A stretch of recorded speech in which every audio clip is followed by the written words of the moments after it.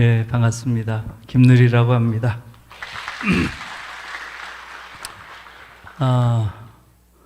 여러분 뵈니까 제 느낌은 동지들을 만난 것 같은 그런 느낌입니다. 저는 아이가 하나 있는데요. 지금은 이제 87년생이니까 37인가요? 이제 애 아버지가 돼 있는데 그 아이를 대안학교를 보내려고 저는 그렇게 생각을 했는데 실패했습니다. 저는 그래서 실패한 대안학교 학부모예요. 예. 여러분들 강수돌 교수라고 혹시 아시는가요? 예, 저와 가장 가까운 친구인데 제가 독일에 6년 동안 있을 때 그 강수돌 교수의 그 아들이 강한결이라고 있는데 그 아이는 거의 저희 아이 옷을 입고 자랐어요. 저희 아이보다 한 살 어려가지고 둘이 같이 그렇게 컸는데 강수돌 교수가 대안학교를 같이 보내자. 그래서 아이고 좋은 생각이다. 그래서 저도 대안학교를 보내고 싶었는데 우리 아이가 끝까지 안 가겠다는 거예요. 사실은 이 아이가 저를 닮아서 중학교 때부터 담배를 피더라고요. 그래가지고 제가 학교에 가서 보니까 이 담배 피는 문제로 학교에서 좀 문제가 있더라고요. 그래서 아무튼 담배 피는 게 나쁜 짓은 아니잖아요. 취향의 문제인데. 그러나 담배를 숨어서 피는 건 나쁜 거다. 왜 숨어서 피워요? 무슨 죄 졌다고? 그건 당당하지 못한 거죠. 그러니 네가 학교에서 담배를 안 피거나 아니면 대안학교는 학생들이 취향을 존중하는 데도 있다고 하니 그곳을 다니거나 네가 선택을 해라. 그렇게 했죠. 그 대신 집에서는 네 취향의 문제니까 거기에 대해서 간섭하지 않겠다. 이렇게 해서 이 아이는 사실은 중3 때부터 아마 집에서 저와 같이 담배를 폈던 것 같아요. 네. 저는 좀 자유주의적으로 키워보고 싶었던 거죠. 그래서 대안학교에 가면 너를 그렇게 억압하지는 않는다. 그러니 가면 좋겠다. 이렇게 했는데 그 당시에 아마 간디 학교인가요? 거기에 그 뭐라 그러죠? 인터넷 같은 데서 볼 수 있는 거 있잖아요. 인터넷으로 학교 소개하는 이런 게 그 당시 벌써 있었어요. 그런 걸 보고 자기가 일주일 동안 고민한 후에 결정하겠다. 이러더니 일주일 후에 안 가겠다는 거예요. 자기가 일반 학교에서 잘 적응하고 담배 안 피고 그렇게 하겠다. 그래서 일반 학교로 간 거죠. 아무튼 그런 일이 있었기 때문에 제가 대안학교에 대한 관심이 그때부터 사실 있었고요. 제가 우리 아이에게도 그걸 권한 이유는 분명하죠. 한국의 학교는 이건 학교가 아니다. 한국의 교육은 이건 뭐 교육이 아니다. 저는 사실은 한국 교육을 비판하는 사람이 아니에요. 교육이 아닌데 무슨 비판을 해요? 저는 한국 교육을 비판하는 사람이 아니고 부정하는 사람이에요. 부정. 이건 교육이 아니다. 이런 교육은 받으면 받을수록 인간이 나빠진다.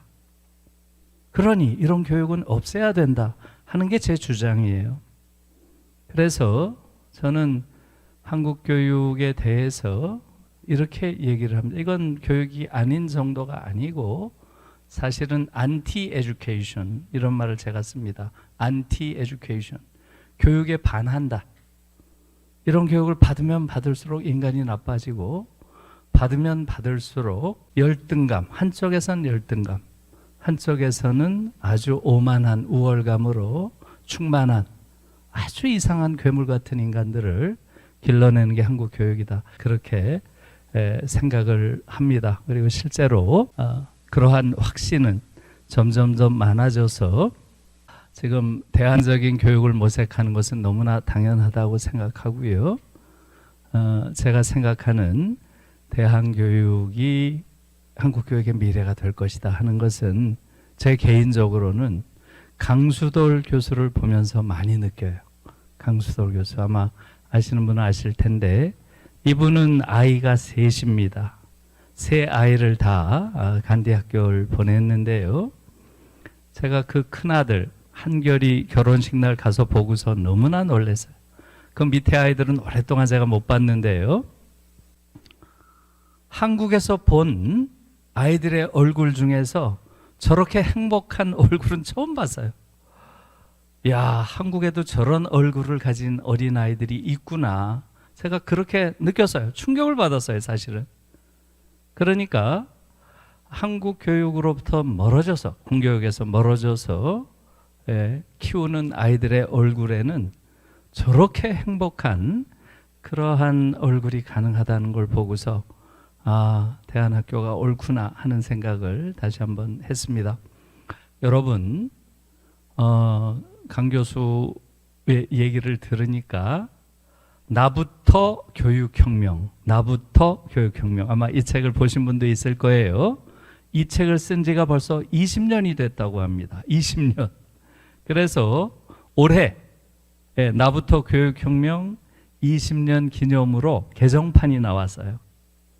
그래서 이 책에서는 내 아이 셋을 대한학교 교육을 시킨 결과가 어떤 것인지 거기에 대한 이야기가 나옵니다. 그러니까 여러분들 특히 관심이 있을 것 같아요. 그래서 이 개정판을 여러분들 한번 꼭 읽어보시라고 권하고요. 그 결과는 결국은 강수돌 교수의 아이들은 다 대학을 안 갔죠. 다 대학을 안 갔는데 자기의 삶을 너무나 잘 살고 있고 너무나 행복한 얼굴들을 가지고 있어요. 이것은 물론 쉬운 게 아니죠. 한국 사회에서. 그러나 하나의 대안적 삶의 방식, 대안적 교육의 방식이 한국 사회 또 한국 교육에 찌든 이러한 사람들과는 전혀 다른 그러한 유년기, 아동기, 청년기를 줄 수도 있구나 하는 것을 보여주는 살아있는 그러한 사례라고 저는 생각을 합니다. 그래서 여러분들이 한번 꼭 봐주시길 바라고요. 제가 여기 오는 길에서 보니까 여기가 현리더만요. 요 지역이. 그래서 옛날에 여기 많이 왔던 데인데 하는 생각을 했습니다. 저희 아이가 이 현리에서 근무를 했어요.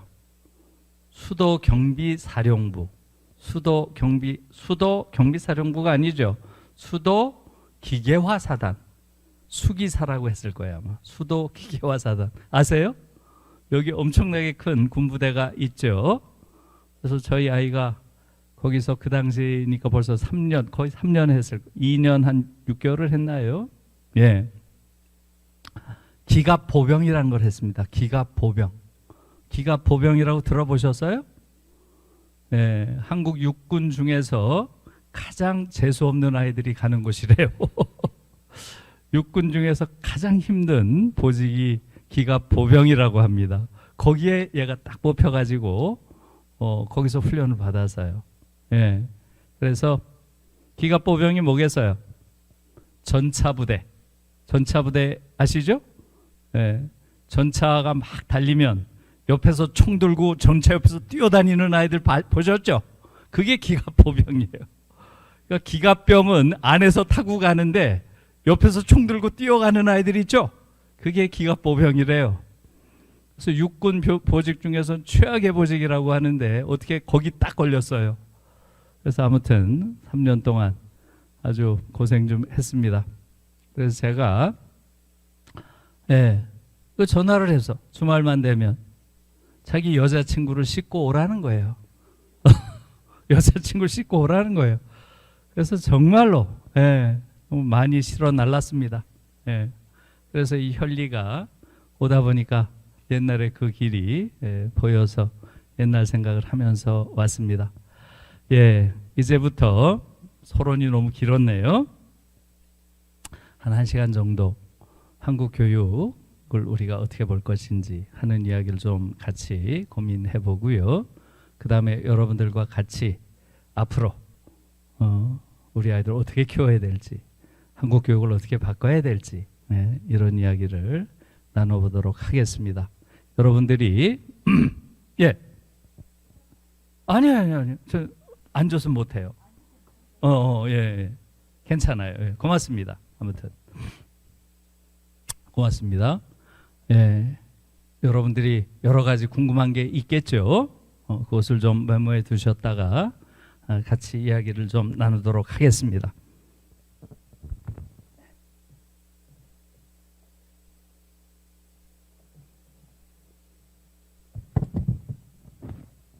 예, 여러분. 지금 한국 교육 여러분 어떻습니까? 예. 아마 지구상에서 이걸 교육이라고 부르고 하는 나라는 없을 겁니다. 이런 교육이 없어요.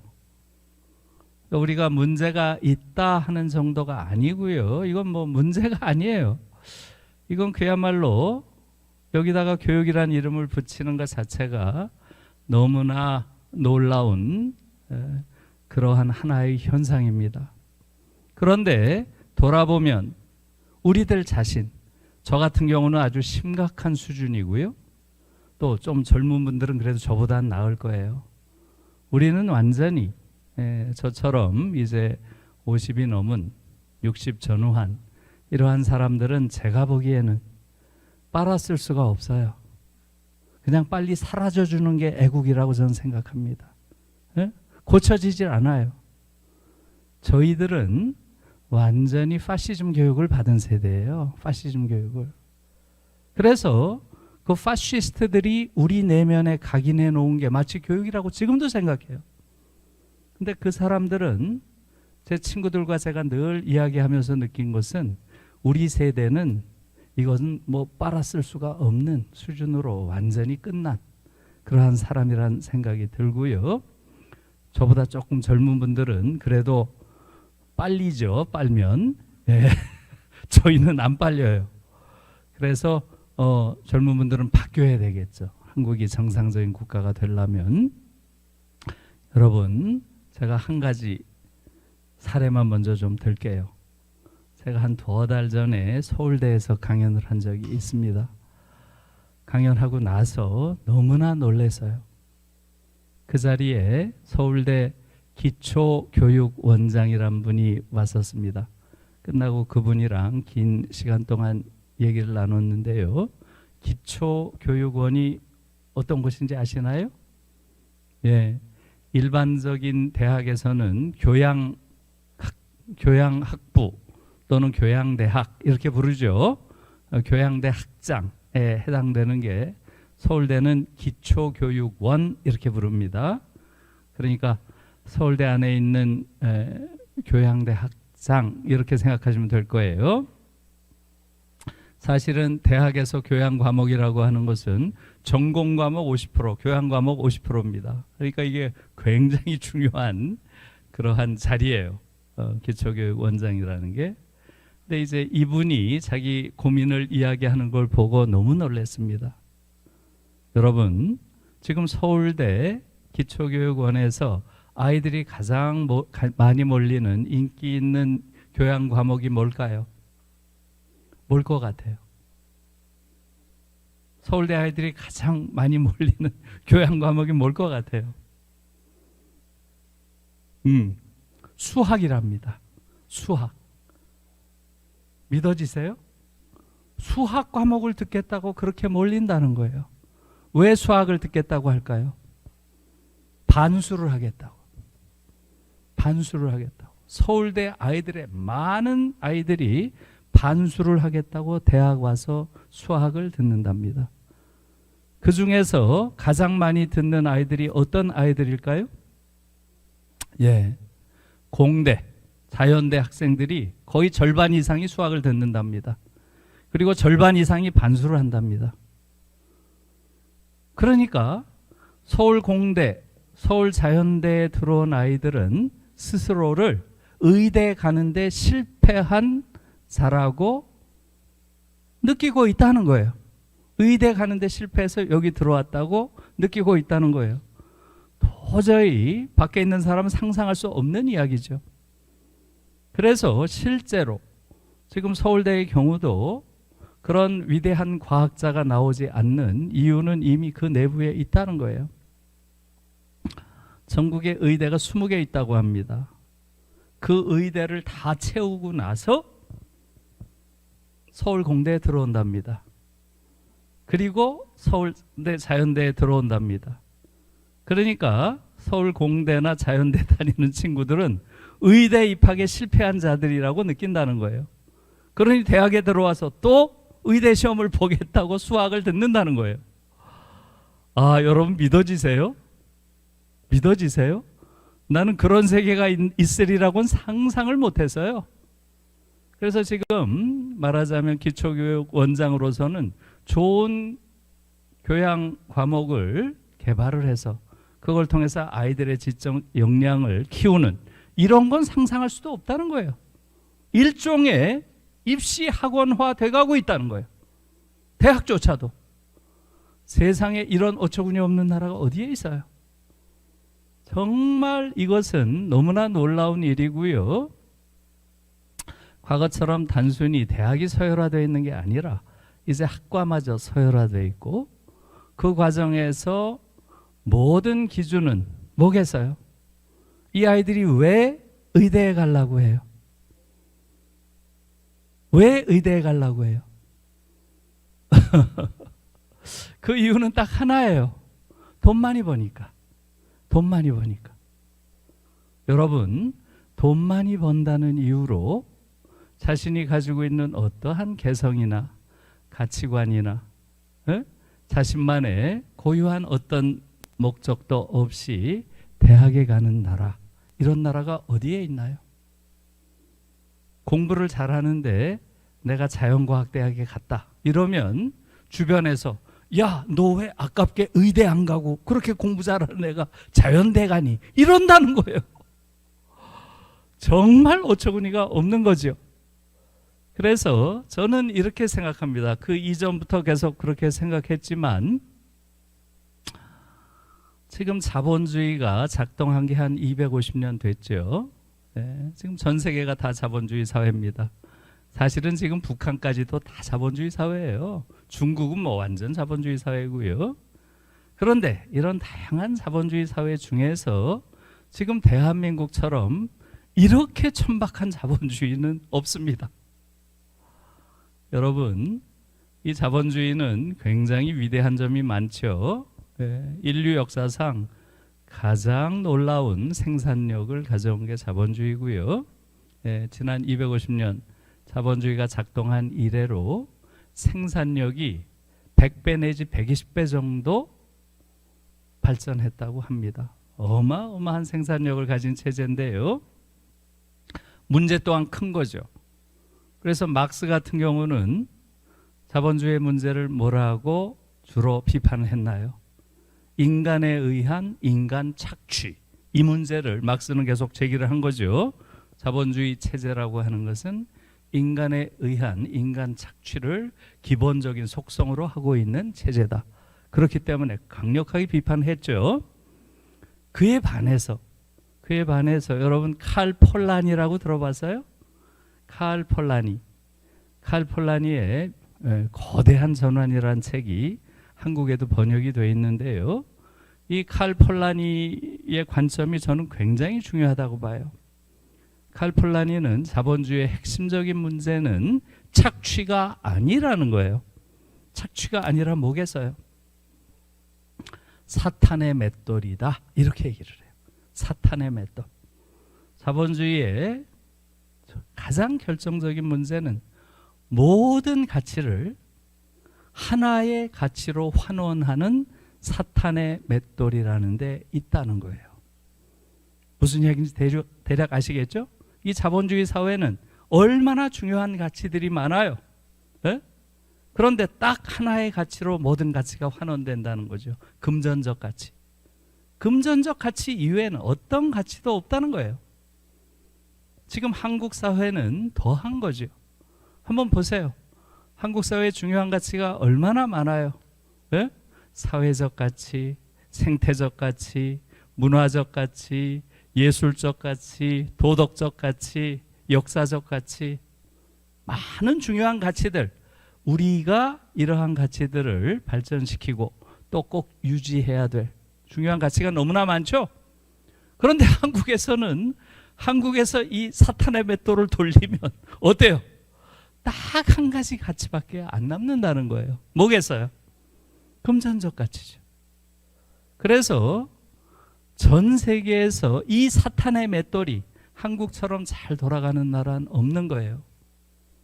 그래서 한국인들의 삶이라는 게 사실상 천박성의 극치를 달리고 있죠. 천박성의 극치를 달리는 사회예요. 모든 걸 돈의 관점에서 보고 돈 번다, 여기에 미친 듯이 달려드는 그러한 인간들이 집단 서식하는 곳이 여기예요. 정말로 부끄럽습니다. 전 개인적으로. 이것은 교육의 실패를 보여주는 거예요. 교육이라고 하는 것은 기본적으로 educate죠. educate. 에라는 건 바깥이라는 뜻이고요. 뉴스라는 건 끈다는 뜻이죠. pull out의 의미입니다. pull out. 아이들 각자가 다 자신만의 고유한 어떤 개성, 특성, 성향들을 가지고 있어요. 사실은 인간이 위대한 것은 똑같은 사람이 하나도 없다는 거죠. 모든 인간이 자신만의 특수한 유일무이한 특성들을 가지고 있어요. 그걸 잘 밖으로 끄집어내는 것, pull out, educate, 이게 교육인데 한국에서는 교육을 12년 받고 나면 다 똑같아져요. 밖에 있는 쓸데없는 죽은 지식을 쳐넣는 걸 교육이라고 하고 그걸 달달 잘 외운 애들을 똑똑하다 그래요. 정말 어처구니 없는 나라입니다. 그러니까 12년 동안 한국 교실이라고 하는 공장에 아이들을 집어넣으면 아무런 개성이 없는, 기존의 질서에 잘 순응하고 죽은 지식을 머릿속에 잔뜩 가지고 있는 이러한 아이들을 결국은 만들어내는 거죠. 이게 지금 저는 한국 교육의 가장 심각한 문제라고 보고요. 지금 나타나고 있는 현상이 그런 거죠. 얼마나 엉터리 교육이면 모든 아이들이 오로지 의사가 되겠다는 꿈밖에 없는 이런 나라가 있겠어요. 이건 정말 한국 교육이 가지고 있는 천박성을 그대로 보여주는 거라고 생각합니다. 왜 이런 나라가 됐을까요? 여러분, 제가 조금 전에 한국 교육은 교육이 아닌 정도를 넘어서 이런 교육을 받으면 받을수록 나빠진다 그랬죠. 좀 센 말이죠. 한국 교육은 안티 에듀케이션, 반교육이다. 제가 이렇게 말씀드렸어요. 여러분, 지난 우리 역사 100년을 한번 돌아보세요. 한국에서는 교육을 한 적이 없어요. 지금까지 한 번도. 예? 교육을 한 적이 없어요. 그러니까 이런 결과가 지금 생기는 겁니다. 여러분, 교육이 뭔가요? 인간을 하나의 존엄한 존재로서 자각하게 하는 것, 또 아주 성숙한 민주시민을 길러내는 것, 아주 개성 있는 자유인을 길러내는 것, 이게 교육이에요. 그런데 지난 100년간의 우리 교육을 한번 돌아보세요. 일제 식민지 하에선 어떤 교육을 했나요? 황국 신민을 길러내는 걸 교육이라고 했어요. 그러니까 일본 제국주의 노예를 기르는 걸 교육이라고 했고요. 그 당시에 지금 한 70 넘은 분들 중에 교육을 잘 받은 사람들, 이런 사람들은 그냥 뼛속까지 파시스트입니다. 일본 제국주의 논리를 그대로 내면화하고 있어요. 일본 제국주의 핵심 논리는 뭔가요? 사회적 다윈이즘이죠. 사회적 다윈이즘. 네? 이 다윈의 원리라고 하는 것, 적자 생존, 또 약육 강식, 또 뭐예요? 자연 도태, 이런 것들은 생물의 세계에만 작동하는 것이 아니고 인간 사회에도 그대로 작동한다. 이런 얘기겠죠? 이런 것들이 그대로 사회에 적용이 되면 어떻겠어요? 강자가 약자를 지배하는 건 너무나 당연한 것이고, 우리가 국가와 민족의 힘을 길러서 우리가 강자가 되어야 한다. 우리 지금 나이 든 세대가 다 그러고 배운 거 아니에요? 예. 지금 특히 70 넘은 일제 때 교육받은 분들은 대부분 다 이런 식의 사회적 다윈이스트들입니다. 쉽게 말하면 파시스트죠. 대다수가 그렇습니다. 자, 그 후에 해방이 됐어요. 해방이 되고 나서 40년. 우리는 대단히 불행한 역사를 가지고 있는 거죠. 좋은 나라가 된 게 아니라 독재 정권 40년을 경험했어요. 민간 독재 10년, 군사 독재 30년을 겪었어요. 육군 소장들이 설치는 이런 부끄러운 그러한 정치를 30년 동안 가졌어요. 육군 소장 박정희, 육군 소장 전두환, 육군 소장 노태우. 이런 나라는 아프리카 몇몇 나라밖에 없어요. 정말 부끄러운 역사죠. 이 동안에 우리에게 가르친 교육이란 건 뭐예요? 교육의 목표가 뭐예요? 반공투사를 기르는, 산업 전사를 기르는, 이걸 교육의 목표라고 했어요. 존엄한 인간을 기르는 교육과는 너무나 먼 교육을 많은 사람들이 지금까지 받아온 거예요. 저도 마찬가지죠. 예? 제가 받은 교육은 다 그런 교육이고, 너 자신이 얼마나 존엄한 존재고 얼마나 유일무이한 개성적인 존재여야 하는지 이런 이야기를 들어본 적이 없어요. 자, 그리고 나서 어떻게 됐나요? 예, 민주정부로 바뀌었어요. 민주정부가 탄생한 지 30년이 더 됐죠? 자, 이젠 정상적인 교육이 됐을까요? 민주정부가 탄생하더니 느닷없이 인적 자원 이런 말들을 쓰기 시작해요. 인적 자원. 그래요, 안 그래요? 그래서 교육부 자체를 교육인적 자원부, 인적 자원부라고 바꿔놨어요. 여러분 어때요? 저는 사실은 인적 자원이란 말 처음 들었을 때, 야, 이거 그래도 폼나는 말이네. 에? 반공투사, 산업전사 이런 말만 듣다가 인적 자원이라고 하니까 조금 뭔가 세련된 것 같은 이런 느낌을 가졌어요. 그 정도로 얼빠져 있었던 거죠. 여러분 생각해 보세요. 인적 자원이 뭐예요? 여러분들이 인적 자원이에요?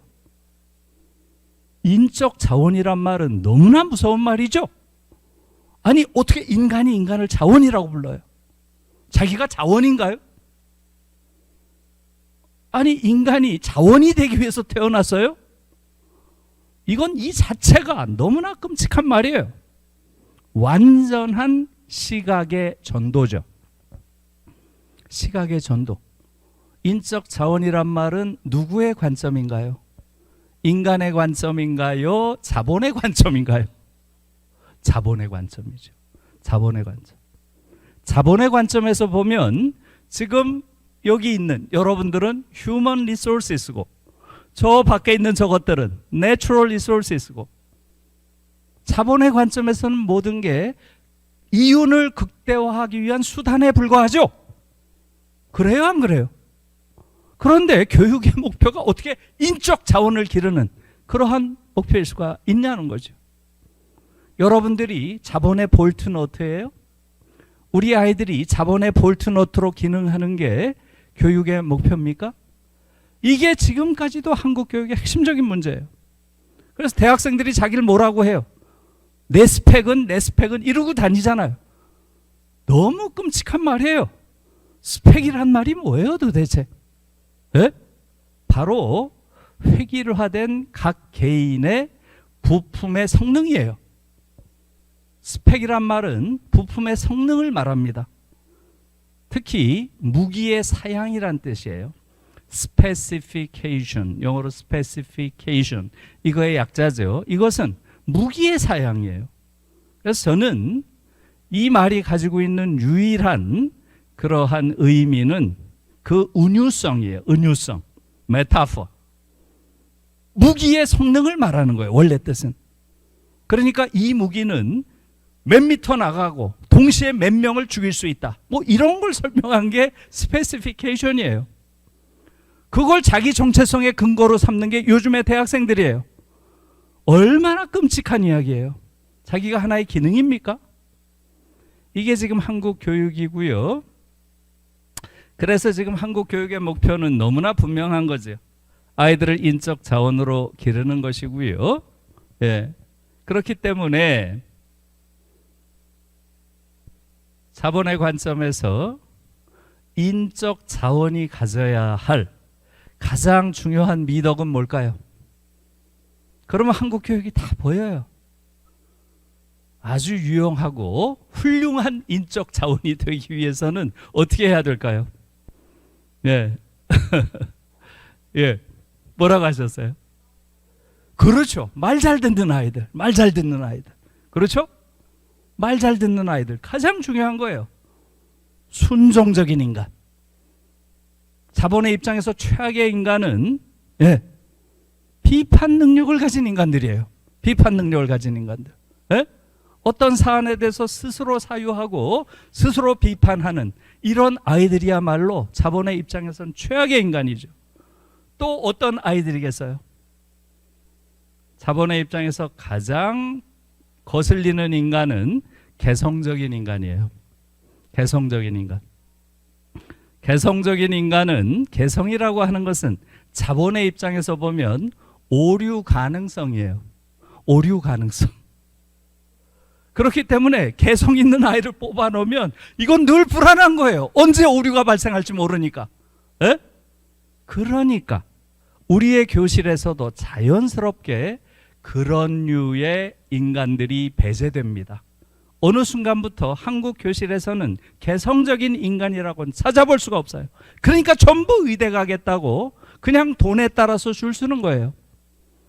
여러분, 아마 나이 드신 분들은 저도 놀래요. 제가 학교 다닐 때는 왕따란 현상이 없었어요. 게다가 약자를 막 공격하는 약자 혐오 이런 현상 없었어요. 근데 어느 순간부터 왕따라는 게 생겼죠. 뭐예요? 개성을 가지고 자기 이야기를 하는 데 대한 집단적인 공격이 시작된 거예요. 저는 이것이 한국 자본주의의 발전과 상당 부분 조응한다고 봅니다. 그러니까 자본이 원하는 방식이 교육에서 구현되는 거죠. 또 자본이 원하는 인간형이 문화적으로 구축되는 거죠. 이런 과정이 한국에서 지금도 일어나고 있어요. 그래서 지금 한국인들은 개성 없고 모든 것을 권력의 지시대로 순행하는 그러한 수능적인 인간이 지배하는 이러한 사회가 된 거죠. 이것을 만들어내는데 가장 중요한 역할을 한 게 바로 교실이죠. 그래서 지금 한국의 교실이 길러낸 것은 이런 인적 자원들이고요. 그래서 지금까지 교육이라고 하는 게 존엄한 인간, 성숙한 민주주의자, 또 개성을 가진 그러한 자유인, 나는 이게 교육이라고 봐요. 이걸 기르는 게. 그러한 게 교육이라면 한국은 지금까지 단 한 번도 교육을 한 적이 없어요. 한국 교실을 거쳐가는 그러한 아이들은 오히려 이와는 정반대의 인간이 됩니다. 자신의 존엄성을 자각하는 것이 아니라 한국 교실에서 잘 적응하지 못하는 아이들은 완전히 열등감에 빠져있는, 열등감, 패배감, 무력감에 빠져있는 아이들이 되고요. 한국 이런 교실에 잘 적응한 아이들은 턱없이 오만한 그러한 엘리트가 되는 게 지금 한국의 교육입니다. 그러니까 한국 교육에 잘 적응해도 문제고 적응을 못하면 더 큰 문제죠. 이게 지금까지 100년 동안의 한국 교육이고요. 이걸 교육이라고 부를 수가 없다는 게 저의 주장입니다. 그래서 지금 이 반교육의 나라라고 저는 보는데요. 지금 말씀드린 대로 짧게만 말씀드릴게요. 교육이라고 하는 것은 지금 말씀드린 대로 educate란 말 자체가 밖으로 끌어낸다 이런 거죠. 한 아이 하나하나가 가지고 있는 그야말로 고유한 그 아이의 속성을 잘 끄집어내는 게 교육인데, 우리는 우리 아이들 속에 뭐가 들어있는지 아예 관심이 없어요. 그냥 죽은 지식을, 표준화된 지식을 달달 외우는 걸 교육이라고 지금 하고 있는 게 한국이고요. 여러분, 이것은 우리가 선진국이 됐음에도 불구하고 아직도 학문 분야 노벨상이 하나도 없는 그 이유가 여기 있어요. 한국 사회에선 지금 학문 분야 노벨상이 나올 수가 없어요. 기존의 것들을 달달 외는 아이들을 키우는데 어떻게 노벨상이 나오겠어요, 여러분? 보세요. 너무나 어처구니가 없는 거. 이거 보세요, 여러분. 요걸 보세요. 요거 보이시나요? 기계 보이세요? 예. 대학에 들어가는 시험을 보는데 그걸 기계가 채점하는 이런 나라는 한국밖에 없어요. 어느 나라에서 기계가 채점해요? 예? 다 교사들이 채점을 하죠. 그건 뭐 너무나 당연한 일이죠. 한국에서만 기계가 채점을 합니다. 기계가. 예? 어디 있나? 예, 여기 있네요. 여기. 예. 이건 정말 심각한 문제예요. 저는 이것이 한국 교육의 문제만이 아니라 한국 사회도 완전히 잘못된 사회로 만드는 아주 중요한 요인이라고 봐요. 지금 얼마 전에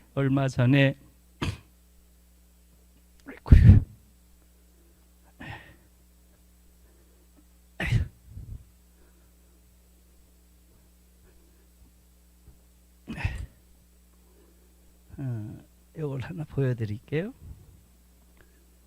얼마 전에 독일에서 학위를 하고 온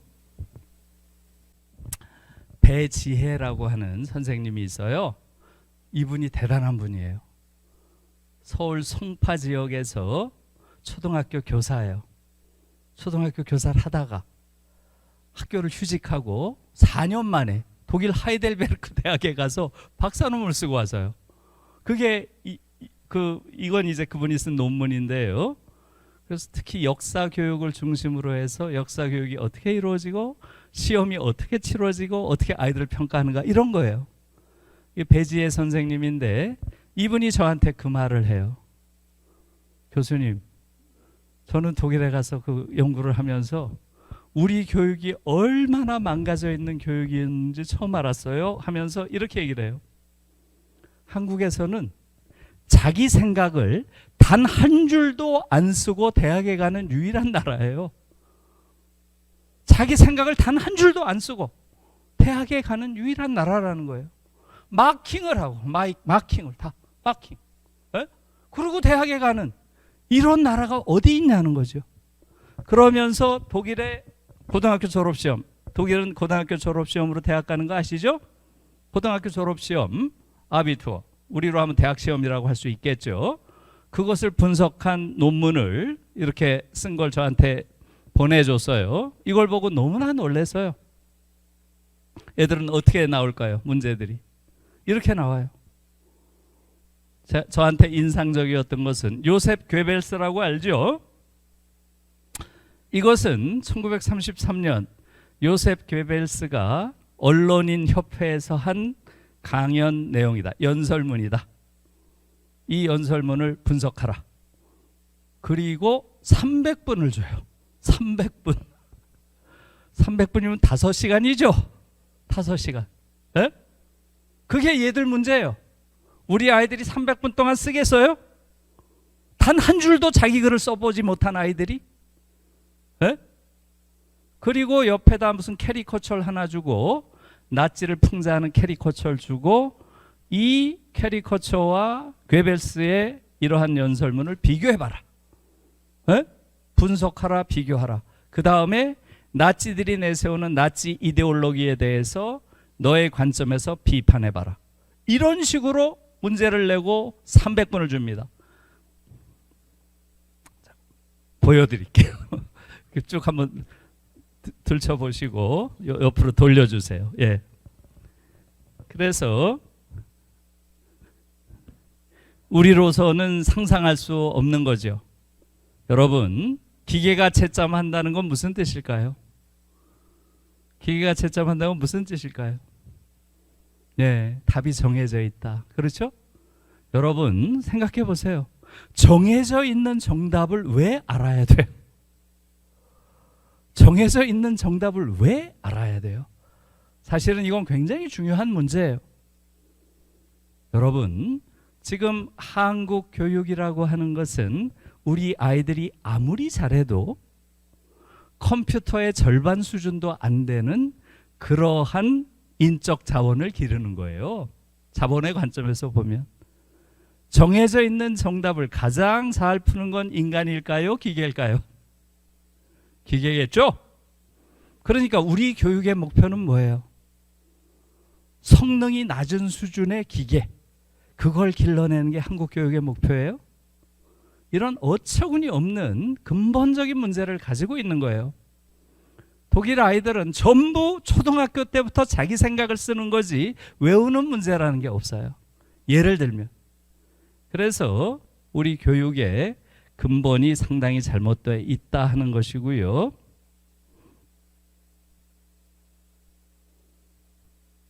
자, 그 다음에 독일 교육의 목표는 강한 자아를 기르는 거예요. 이건 굉장히 긴 얘기라서 그냥 짧게만 말씀드릴게요.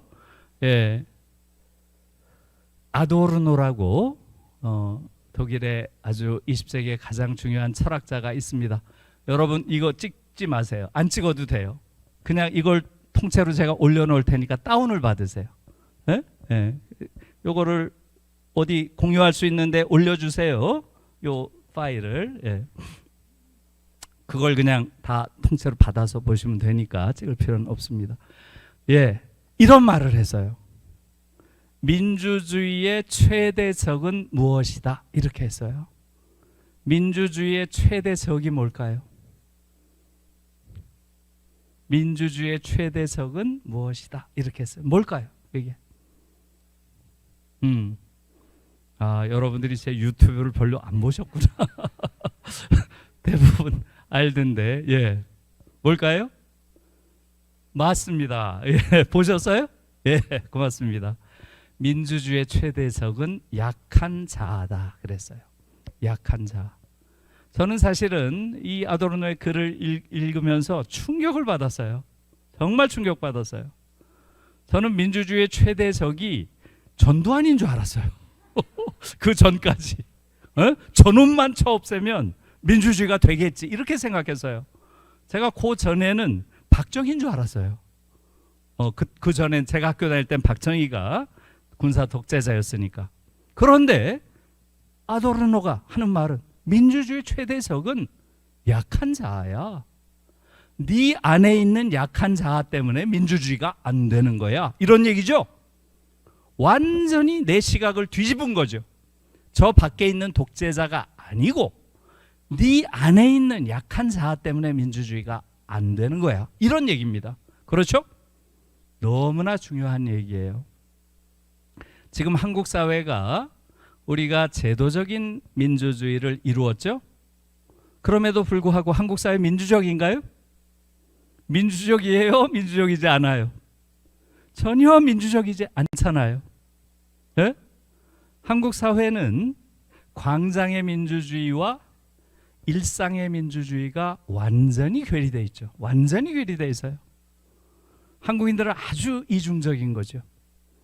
광장에서 막 민주주의를 외치던 사람들이, 예를 들어서 광화문 광장에 모여가지고 막 민주주의를 외치던 사람들이 집에 돌아가면 어때요? 예? 어떻게 됩니까? 이미 지하철 타면서부터 서서히 변신하죠. 예. 그러다가 집에 딱 내리면 평소대로 완전히 가부장적인 애비가 되죠. 그 다음날 학교 가면 아이들을 들들 볶는 권위주의적 교사가 되는 거예요. 회사에 가면 갑질을 일삼는 상사가 되는 거예요. 그럼 민주주의 어디서 해요? 광장에서만 민주주의를 외치고 일상에선 전혀 민주적 태도가 없는 거죠. 제도로서의 민주주의와 태도로서의 민주주의가 완전히 분리되어 있는 이런 사회예요. 제가 이걸 보고 아도르노 말이 맞구나. 한국에서 민주주의가 되지 않는 것은 한국인들이 너무나 약한 자아를 가지고 있어요. 그걸 가지고는 민주주의 할 수 없다는 거죠. 그래서 독일 교육에서 가장 강조하는 것은 바로 강한 자아를 기르는 교육이에요. 강한 자아. 아주 어려서부터 강한 자아를 가진 그러한 아이들을 길러내야 그 사회가 민주적인 기초를 갖게 된다는 거예요. 여러분들 어떻게 생각하세요?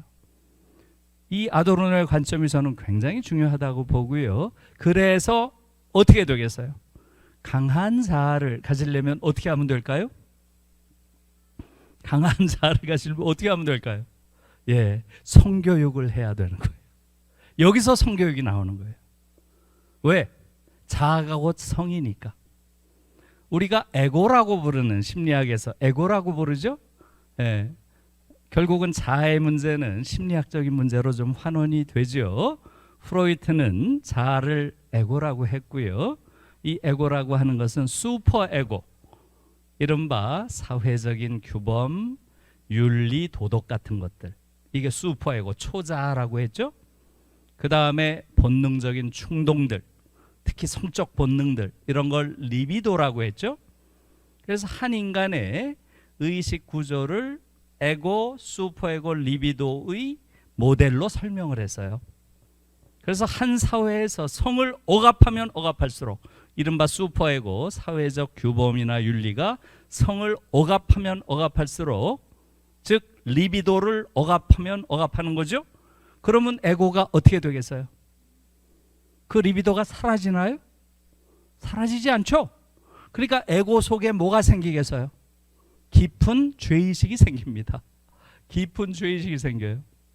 그런데 문제는 이 깊은 죄의식을 가진 인간일수록 권력 앞에 굴종적인 인간이 된다는 거예요. 이게 정말 중요한 문제예요. 저는 지금 한국 사회는 완전히 프로이트 이론으로 전부 설명이 돼요. 성을 어마어마하게 억압하고 있는 사회고요. 그걸 통해서 대다수의 사람들이 성과 관련해서 대단히 깊은 죄의식을 가지고 있어요. 그리고 이 죄의식은 그 인간을 굉장히 약한 자아로 만들죠. 그렇기 때문에 권력이 억누를 때 맞설 내적 힘이 없어요. 굴종합니다. 이건 유명한 이론이에요. 이것을 권위주의 성격 이론이라고 합니다. 권위주의 성격 이론. 그래서 여러분들이 여기 관심이 있으면 에릭 프롬, 위레름 라이히, 이 두 사람 책을 읽으면 돼요. 에릭 프롬은 많이 알려져 있죠. 한국에도 에릭 프롬의 책들 대부분 다 권위주의 성격 이론에 기초하고 있습니다. 위레름 라이히의 파시즘과 대중심리란 책이 있어요. 파시즘과 대중심리. 이게 바로 이 권위주의 성격을 다루고 있는 거예요. 저는 지금 한국 사회에서 민주주의가 되지 않는 가장 중요한 이유는 전혀 성교육을 시키지 않고 성과 관련해서 아이들에게 깊은 죄의식을 내면화시키고 있어요. 한편으로는 아이들에게 깊은 죄의식을 각인해서 완전히 굴종하는 그러한 인간으로 만들고 있고요.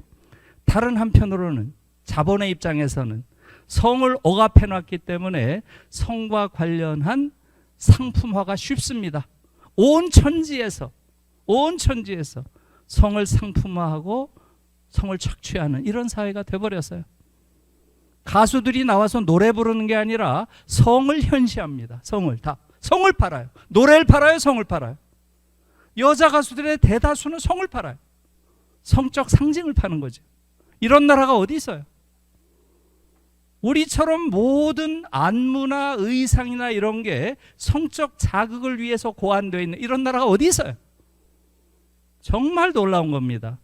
이런 것들이 다 성의 정치학이에요. 또는 성의 경제학이죠. 이런 부분들이 강한 자아와 관련된 아주 중요한 것이고요. 그 다음에 독일 교육의 경우는 가장 중요한 게 사회적 자아를 기르는 거예요. 소셜 E. 사회적 자아. 이건 뭐겠어요? 결국은 모든 아이들은 그 안에서 다른 사람과 함께 사는 그것을 배워야 된다는 거예요. 그래서 독일의 헌법재판소가 지금까지 3번이나 홈스쿨링을 불법화한 이유가 거기 있어요. 그 근거는 항상 그겁니다. 독일 안에서도 홈스쿨링을 하겠다고 하는 사람들이 많이 있었어요. 그런데 헌법재판소에서 3번에 걸쳐서 계속해서 이것은 사회적으로 용납할 수 없다라고 불법화했어요. 홈스쿨링이 독일에서는 불법입니다. 왜 그렇겠어요? 그 이유는 하나예요. 학교가 존재하는 이유는 지식을 가르치기 위해서가 아니다. 사회적 자아를 기르기 위한 것이다. 다른 사람과 함께 사는 것, 이것을 배워야 되는 것이지 거기서 지식을 쌓는 것, 이것이 학교가 존재하는 이유가 아니라는 거예요. 그래서 헌법 소원을 냈던 사람들은 어떻게 됐겠어요? 다 이민 갔습니다. 홈스쿨링 하는 대로 가라는 거예요. 그것은 교육이 아니라는 게 독일 교육이 아주 분명한 것이고요. 마지막으로 교육은 행복의 감수성을 길러주는 것이다. 아이들이 교육을 받으면 받을수록 행복한 아이들이 돼야 된다는 거죠. 저는 이 부분에서 독일 교육은 정말 훌륭하다고 봐요. 독일 아이들 중에 정말로 행복하지 않은 아이를 거의 본 적이 없어요. 정말로 학교에서 이들이 배우는 것은 행복의 감수성. 이 세상에서 내가 이 지구라는 행성에서 태어나서 살아가는 것이 얼마나 행복한 일인지 이것을 느끼도록 학교에서부터 그렇게 감수성이 개발된다는 거죠. 그래서 실제로 독일의 많은 주에서는 행복이라는 과목을 도입하고 있어요. 수학, 영어, 사회 이런 것처럼 행복이라는 과목이 있습니다. 이것을 제일 먼저 시작한 데가 여러분 하이델베르크라고 알죠?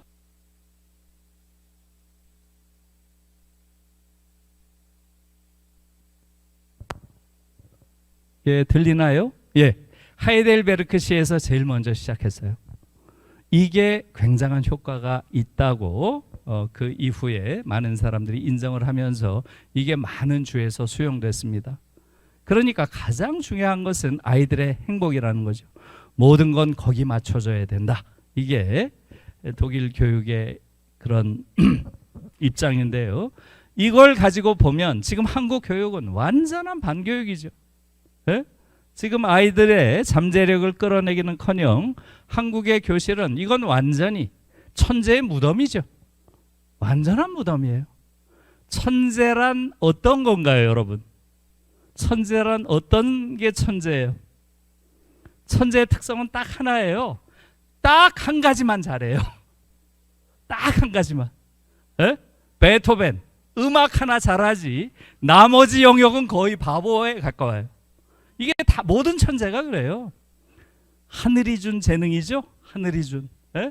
하늘이 준 재능은 딱 한 가지만 줬어요. 그리고 다른 영역들은 대체로 평균에도 미치지 못하는 그러한 사람이 천재예요. 한국은 이건 뭐 완전히 천재의 무덤이죠. 에? 모든 걸 다 잘하는 아이들만 한국 교실에서 살아남죠. 스카이 가죠.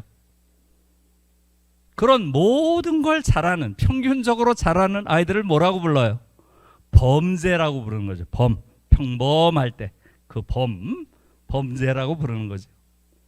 실제로 제가 경험한 바로도 제가 99년에 중앙대학교에 갔으니까 지금 제가 중앙대학교 선생을 한 게 거의 25년 됐습니다. 제가 중앙대 가기 전에 4년 동안 주로 서울대에서 강사를 했어요. 대학 강사를 주로 서울대에서 했습니다. 그때 4년 동안 제가 본 서울대 아이들 중에서 야, 얘는 천재구나. 이런 아이를 단 한 명도 본 적이 없어요. 단 한 명도. 와, 어떻게 인간이 이렇게 강박적으로 성실할 수 있을까? 정말 놀랐어요. 아이들이 너무나 강박적이고 너무나 성실한 거예요. 에? 뭐 한마디 하면 그냥 집에 가서 다 해와요. 그래서 무슨 말을 하기가 무서워요. 말을 하기가. 에?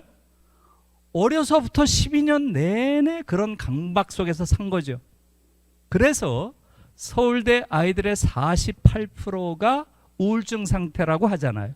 저는 이게 전혀 이상하지 않아서요. 모든 것을 1등 해야 된다는 강박, 이것처럼 끔찍한 게 어디 있어요? 그러니까 이 아이들 자체가 다 망가져 있어요. 천재는 거기서 찾아볼 수가 없죠. 예, 성실한 천재, 이거는 형용모순이에요. 성실한 천재라는 말은 성립할 수가 없어요. 예. 제가 중앙대학교에 와서 한 4-5명 봤어요. 한 25년 아이들 보면서 야, 얘는 천재구나. 그런 아이들이 그래도 중대인이 있어요. 예? 왜냐하면 한국 교육에 가장 잘 적응한 건 아니니까. 그 틈새에서 그래도 니쉔 틈새에서 약간 천재가 나온 거예요. 보니까. 예? 한국 교육에 완전히 적응하면 불가능하죠. 나올 수가 없어요. 예. 그래서 실제로 지금 한국 교실은 완전한 천재의 무덤이고요. 제가 항상 첫 시간에는 아이들에게 얘기합니다. 예. 여러분 너무 미안합니다. 우리 어른들이 이 엉터리 교육을 통해서 여러분들에게 고유하게 잠자고 있던 천재를 다 죽였습니다. 그러니 이제 여러분들이 할 일은 앞으로 4년 동안 정말로 여러분들 속에 잠재해 있던 그 천재를 다시 일깨우고 다시 부활시키는 것, 그것이 여러분들의 과제입니다. 대학에서 그것을 재발견하기를 정말로 바랍니다. 제가 항상 첫 시간에 그 얘기를 해요. 그건 제 진심입니다. 한국 교육이 살해한 그러한 천재를 대학에서 다시 복원하기를 저는 바랍니다. 강한 자아를 길러내기는커녕 한국에서 12년 교육받으면 완전히 권위주의적 성격의 인간이 됩니다. 대다수가 저래요. 특히 한국 교육을 너무나 잘 받은 인간들, 전교 1등들, 예? 판사, 검사, 의사, 이 사람들은 99%가 권위주의적 성격의 소유자입니다. 끔찍합니다. 끔찍해요. 한국 사회에서 가장 끔찍한 권위주의, 그게 바로 한국 교육을 가장 잘 받은 사람들입니다. 여러분들 자주 보시죠? 검사들이 택시 운전사 두들겨 패고 뭐 이런 것들 많이 봤죠? 에? 또 검사들 내부에서 자기들끼리 두들겨 패가지고 젊은 검사가 자살하고 이런 거 많이 봤죠? 지금 박영수라고 아세요? 예, 김학의, 아유 발음하기도 힘들어요. 김학의 아세요? 이런 검사들이 벌인 행태들 한번 보세요. 아주 극단적으로 권위주의적인 그러한 성격이에요. 이런 자들이 한국 사회에서 교육을 잘 받은 그러한 자들이고요. 거의 개성이라고는 찾아볼 수 없는 그런 사람들이 돼 있고요. 함께 살아가는 사회적 자아를 기르는 이런 건 한국 교육에 없어요. 한국 교실은 완전히 승자 독식, 약육강식의 정글이죠. 정글. 이 얘기는 조금 이따 또 하겠습니다. 한국 교육을 받으면 받을수록 아이들이 행복한 인간이 되는 게 아니라 완전히 불행을 내면화하고 일상적으로 좌절을 겪는 이런 아이들로 돼버리는 거죠. 그래서 이걸 뭐 도저히 교육이라고 부를 수 없는 반교육의 나라라는 겁니다. 자, 그래서 또 하나, 아이들만 불행한 게 아니에요. 한국 교육을 받으면 이 사회가 완전히 붕괴하는 그러한 사회로 바뀔 수밖에 없습니다. 여러분, 지금 한국 사회는 이건 사회라고 부를 수가 없는 극단적 개인주의자들이 그냥 뭉쳐 있는 곳이에요. 이런 사회는 지구상에 없어요. 그냥 극단적 개인주의자들이 마지못해 그냥 있는 거예요. 아파트에서 살아도 옆집에 누가 사는지도 모르잖아요. 이런 나라가 세상에 어디 있어요. 너무너무 끔찍한 곳이고요. 그래서 이 사회적 파국, 그 몇 가지만 제가 말씀을 드릴게요. 지구상에서 불평등을 가장 사랑하는 국민이 어느 나라 사람일까요?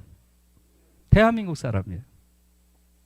저는 작년 1월 2일 날 KBS 쌤과 함께란 프로 여러분 아세요? 쌤과 함께? 일요일 날 하는 프로가 있죠. 거기에 제가 작년 1월에 첫 프로를 했어요. 대한민국 대전환 이런 주제로 했어요. 거기서 제가 강조한 것은 대한민국이 지금 전 세계에서 가장 불평등한 나라다. 이걸 가지고 강연을 했어요. 여러분, 우리가 불평등하다는 건 다 아시죠? 그런데 전 세계에서 가장 불평등하다. 이건 잘 모르시죠? 그래요, 안 그래요? 그래서 작년에 나온 가장 공신력 있는 그러한 지표가 지금 토마 피케티 세계 불평등 연구소에서 나온 지표예요. 토마 피케티라고 아마 들어보신 분이 있을 거예요. 불평등 연구의 아주 세계적인 권위자죠. 프랑스 파리 경제대학 교수입니다. 예, 거기서 나온 통계를 기반으로 제가 그렇게 얘기를 했어요. 한국 사회는 지금 가장 불평등한 사회다. 이렇게 불평등한 사회는 사실상 자본주의 역사상 없었다라는 말까지 했어요. 그건 제 말이 아니에요. 그 말은 정태인 씨라고 토마 피케티를 많이 공부한 경제학자입니다. 그분은 한국은 지금 전 세계에서 제일 불평등한 나라가 아니야. 자본주의 역사 250년 동안 지금 대한민국처럼 이렇게 불평등한 사회는 없었어. 이렇게까지 얘기를 합니다. 그런데 사실 이것도 끔찍한 일이죠. 지금 우리가 살고 있는 사회가 그렇게 불평등하다는 거 여러분들 안 믿기실 거예요. 그렇죠? 그런데 더 끔찍한 건 뭐예요? 그런 불평등을 한국인들이 사랑한다는 거예요. 너무 끔찍한 얘기입니다. 여러분, 월드 밸류 서베이라고 들어보셨을 거예요. 월드 밸류 서베이, 세계 가치관 조사라고 합니다. 여러분 치면 바로 나와요. 세계 가치관 조사. 이것은 108개국의 사회과학자들이 모여가지고 전 세계 가치관이 어떻게 다른지 나라마다 이것을 비교 연구해서 발표하는 곳이에요. 대체로 6년에 한 번씩 해요. 6년에 한 번씩 정기적으로 합니다. 물이 저기 있나요?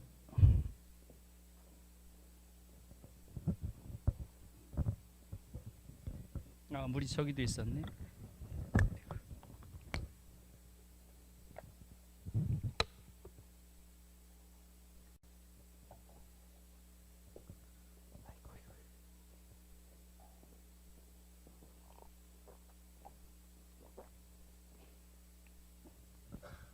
(2014년에) 조사한 겁니다. 이렇게 물었어요. 당신은 수입이, 경제적인 수입이 보다 평등하게 분배돼야 된다고 생각하십니까? 아니면 지금보다 더 차이가 벌어져야 된다고 생각하십니까? 이렇게 물었어요. 말하자면 임금 불평등을 물은 거죠. 네, 지금 당신이 받는 임금이 보다 더 평등하게 분배돼야 된다고 생각하느냐, 아니면 더 차이가 벌어져야 된다고 생각하느냐. 이제 전 세계에 물은 거예요. 한국은 어떨까요? 보다 평등하게 분배돼야 된다. 24%예요. 24%. 전 세계에서 가장 낮아요. 가장. 더 차이가 벌어져야 된다. 59%예요. 59%. 지금 임금이 더 차이가 벌어져야 된다. 이것이 50% 넘는 나라는 지구상에 없어요. 한국이 유일합니다. 네? 지금 임금 불평등이 얼마나 심각해요. 전 세계적인 현상이에요. 그러니까 다 보다 평등하게 이제는 바뀌어야 된다고 생각을 하지. 한국인들은 더 차이가 벌어져야 된다는 거예요. 정말 상상할 수 없는 일입니다. 지금 한국은 임금 불평등이 세계에서 가장 심한 나라 중에 하나예요. 그런데 더 벌어져야 된다는 거예요. 도저히 이해할 수가 없는 거예요. 독일과 비교해 보면 한국의 임금 격차는 상상을 초월하는 수준이에요. 독일의 경우는 대기업과 중소기업의 임금 격차가 5% 이상 안 나요. 그러니까 대기업, 중소기업 이런 개념 자체가 거의 무의미한 거예요. 차이가 거의 안 나니까. 그 다음에 정규직, 비정규직 간의 임금 격차도 10% 이상 나질 않습니다. 그런데 이 10%도 정의의 관점에서 타당하다는 거죠. 왜? 비정규직은 시간을 유연하게 쓸 수 있으니까. 여기에 대한 불만은 없어요. 한 10% 정도 차이 나더라도. 그러니까 임금 불평등이 사실상 거의 없는 사회예요. 그런데 한국은 대기업에 다니느냐, 중소기업에 다니느냐가 일종의 신분처럼 돼 있잖아요. 정규직이냐 비정규직이냐, 이것도 일종의 신분처럼 돼 있잖아요. 이런 끔찍한 임금 불평등이 있는 나라에서 사람들이 뭐라 그래요? 지금보다 더 벌어져야 돼, 이렇게 말을 한다는 거예요. 너무나 놀라운 얘기죠. 독일의 경우는 어떻겠어요? 독일의 경우는 임금에 대한 불평등이 우리와 비교가 되지 않을 정도로 정의로움에도 불구하고 임금이 보다 평등하게 분배돼야 된다가 58%입니다. 58%. 지금보다 더 벌어져야 된다는 16%밖에 안 돼요. 한국과 정반대가 독일이더라고요. 예? 여러분, 이런 현상이 왜 생겼을까요? 제 개인적으로는 이 2014년 지표를 보고 이렇게 생각했어요. 야, 이건 너무 심각하다. 한국이 아무리 저럴 리가 있나?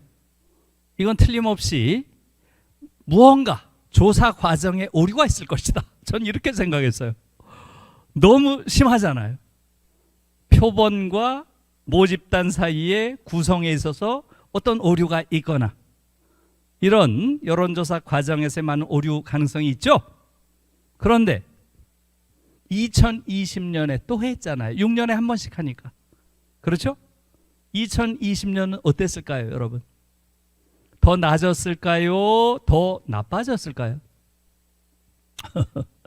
2020년 조사에서는 똑같은 물음에 대해서 보다 평등하게 분배돼야 된다가 반토막 났어요. 12%가 됐습니다. 정확하게 반토막. 더 차이가 벌어져야 된다가 무려 65%입니다. 6%가 늘었어요. 59%에서. 여러분, 이걸 어떻게 설명해야 돼요? 어떻게 한국은 이런 사회가 됐나요? 지금 우리가 불평등하다는 것도 문제지만 한국인들이 이 불평등에 대한 감각을 완전히 잃었어요. 더 차이가 벌어져야 된다는 거예요. 이 경쟁에서 이긴 놈이 다 처먹어야 된다는 거예요. 이런 어처구니 없는 나라가 어디 있어요? 제가 보기엔 거의 정신분열적인 지금 사회가 되어 있습니다. 어떻게 이런 사회가 됐을까요? 거기에 대한 고민이 좀 필요하다고 봅니다. 두 번째로 갈등공화국. 지금 한국은 지구상에서 가장 갈등이 심한 나라예요. 지금 한국 사회가 갈등이 심한 건 아시죠? 그런데 전 세계에서 가장 심하다, 이건 모르죠. 네? 이것도 여러분들이 들어가서 찾아보세요. 이건 재작년에 영국의 킹스 칼리지라고 하는 영국의 아주 중요한 대학이죠. 여기서 세계 갈등 비교 연구를 했어요. 입소스라고 하는 아주 세계적인 여론조사 기관이죠. 거기에 의뢰를 해서 28개국 2만 7천 명을 대상으로 조사를 했습니다. 대부분 OECD 국가들이에요. OECD 국가들. 대체로 한 1,000명씩 대상으로 한 겁니다. 여기서 한국은 어떤 결과가 나왔을까요? 어떤 결과가 나왔을까요? 예, 가장 갈등이 심한, 그것도 압도적으로 갈등이 심한 나라가 한국이에요. 2등이랑 비교가 안 돼요. 12개 항목에서 조사를 했습니다. 28개국에 12개 항목. 그 중에서 한국은 무려 7개 항목에서 1등을 했어요. 7개 항목에서. 대부분의 항목에서 압도적 1등이에요. 2등과 거의 2배 차이가 나는. 뭐가 1등 했겠어요? 빈부 갈등 세계 1위입니다. 빈부 갈등. 좀 전에도 얘기했죠? 이 갈등도 1위예요. 빈부 사이에 갈등도 세계 1위입니다. 이념 갈등 압도적 1위입니다. 이념 갈등. 세 번째, 정당 간의 갈등이 압도적 1위입니다. 네 번째, 세대 갈등이 1위입니다. 다섯 번째, 남녀 갈등이 또 1위입니다. 여섯 번째, 종교 갈등도 1위예요. 일곱 번째가 학력 갈등입니다. 학력 간의 갈등. 이것 또한 1등이에요. 7개 항목에서 무려 1등을 한 거예요. 그러니까 뭐 2등이랑은 뭐 비교가 안 돼요. 여러분, 이걸 보니까 또 너무 끔찍한 거죠. 어떻게 이 정도의 갈등 공화국이 됐느냐 하는 거죠. 이게 지금 한국 사회의 상황이고요. 불신 사회, 이건 뭐 말할 것도 없죠. 지금 여러분 아시다시피 OECD 안에서는 소셜 캐피탈이라고 하는 지표가 굉장히 중요합니다. 소셜 캐피탈, 사회적 자본이라고 하는 지표가 굉장히 중요한데요. 그러니까 한 사회가 가지고 있는 그런 사회적 인프라, 그것은 뭐겠어요? 구성원들 간의 사회적 연대나 사회적 연결, 결합 정도가 어떻게 돼 있는가, 이런 걸 재는 거예요. 그런데 한국은 이것 또한 압도적 꼴찌입니다. 여기서 가장 심각한 것은 신뢰 문제입니다. 사회적 신뢰. 이것은 뭐 붙박이 꼴찌예요. 붙박이 꼴찌. 한국인들은 서로 믿지 않습니다. 사회적 신뢰가 거의 없는 사회예요. 너무너무 끔찍한 것이고요. 그래서 결국 이런 극단적 개인주의 사회가 오늘의 한국 사회입니다. 여러분, 왜 이렇게 됐을까요? 우리가 일반적으로 느끼는 것보다 국제 비교를 해보면 그 심각성의 정도가 너무 끔찍하다는 거예요. 왜 우리는 이러한 사회가 됐느냐는 거죠. 저는 여러분들은 이미 다 사실은 제가 보기에는 감각적으로 아는 분들이에요. 그래서 한국 교육을 감각적으로 피하신 겁니다. 우리 소위 공교육에 우리 아이들을 넣었을 때 그 아이들이 어떻게 될 것인지를 논리적으로 충분히 생각을 안 하셨더라도 감각적으로 이미 딱 깨닫고 아이고 저긴 보내면 안 되겠구나, 이렇게 하신 거라고 저는 생각해요. 이미 여러분들이 느끼는 바와 같습니다. 한국의 교실이 저는 이러한 현상의 가장 중요한 근원이라고 생각합니다. 그래서 이러한 문제에 대해서 거의 똑같은 문제의식을 가진 게 이 사람이에요. 마이클 샌델. 마이클 샌델의 이 책이 제가 말한 이런 문제의식에서 쓴 책이에요. 저는 이 책을 읽으면서 너무나 놀랐어요. 제가 생각하는 문제의식과 거의 똑같다는 데 놀랐습니다. 그래서 여기 지금 공정하다는 착각, 이게 한국에서도 굉장히 주목을 많이 받아서요, 많이 읽혔습니다. 혹시 읽지 않으신 분은 이번 기회에 강추합니다. 지금 한국 교육이 가지고 있는 문제를 이 책만큼 근원적인 문제를 건드리고 있는 그러한 책이 없어요. 공정하다는 착각. 그런데 이 책은 이 제목이 엉터리예요. 제목이. 이 책은 공정이랑 별로 관계가 없는 책인데 어떻게 공정이란 말을 여기다 넣는지 모르겠어요. 이 책의 제목은 여기 빨간 글씨로 있죠? 요게 제목이에요. 빨간 글씨가 보이나요? 잘 안 보이죠? 그러니까 자기들도 이 엉터리 제목을 붙여놓고 쪽팔렸던 모양이에요. 가려놨어요, 제목을. 영어 제목을. 그렇죠? 잘 안 보이게 해놨어요. 네, 원래 영어 제목은 바로 The Tyranny of Merit입니다. The Tyranny of Merit. 이겁니다. 이 책이 굉장히 중요한 문제를 제기하고 있어요. 지금 말씀드린 한국 교육의 많은 문제들, 한국 사회의 문제들 지금 보셨죠? 예, 샌델 교수가 굉장히 중요한 시사점을 우리한테 주고 있습니다. The Tyranny of Merit니까 이것을 우리말로 올바로 제목을 붙인다면 어떻게 되겠어요? 메리트니까 어떤 장점, 어떤 능력, 이런 것들을 메리트라고 하죠. 타이러니 하니까, 타이런트 하면 폭군이죠. 폭군. 타이러니 하면 폭군의 정치, 폭정 뭐 이렇게 되겠죠. 그러면 우리말로 하면 어떻게 되나요?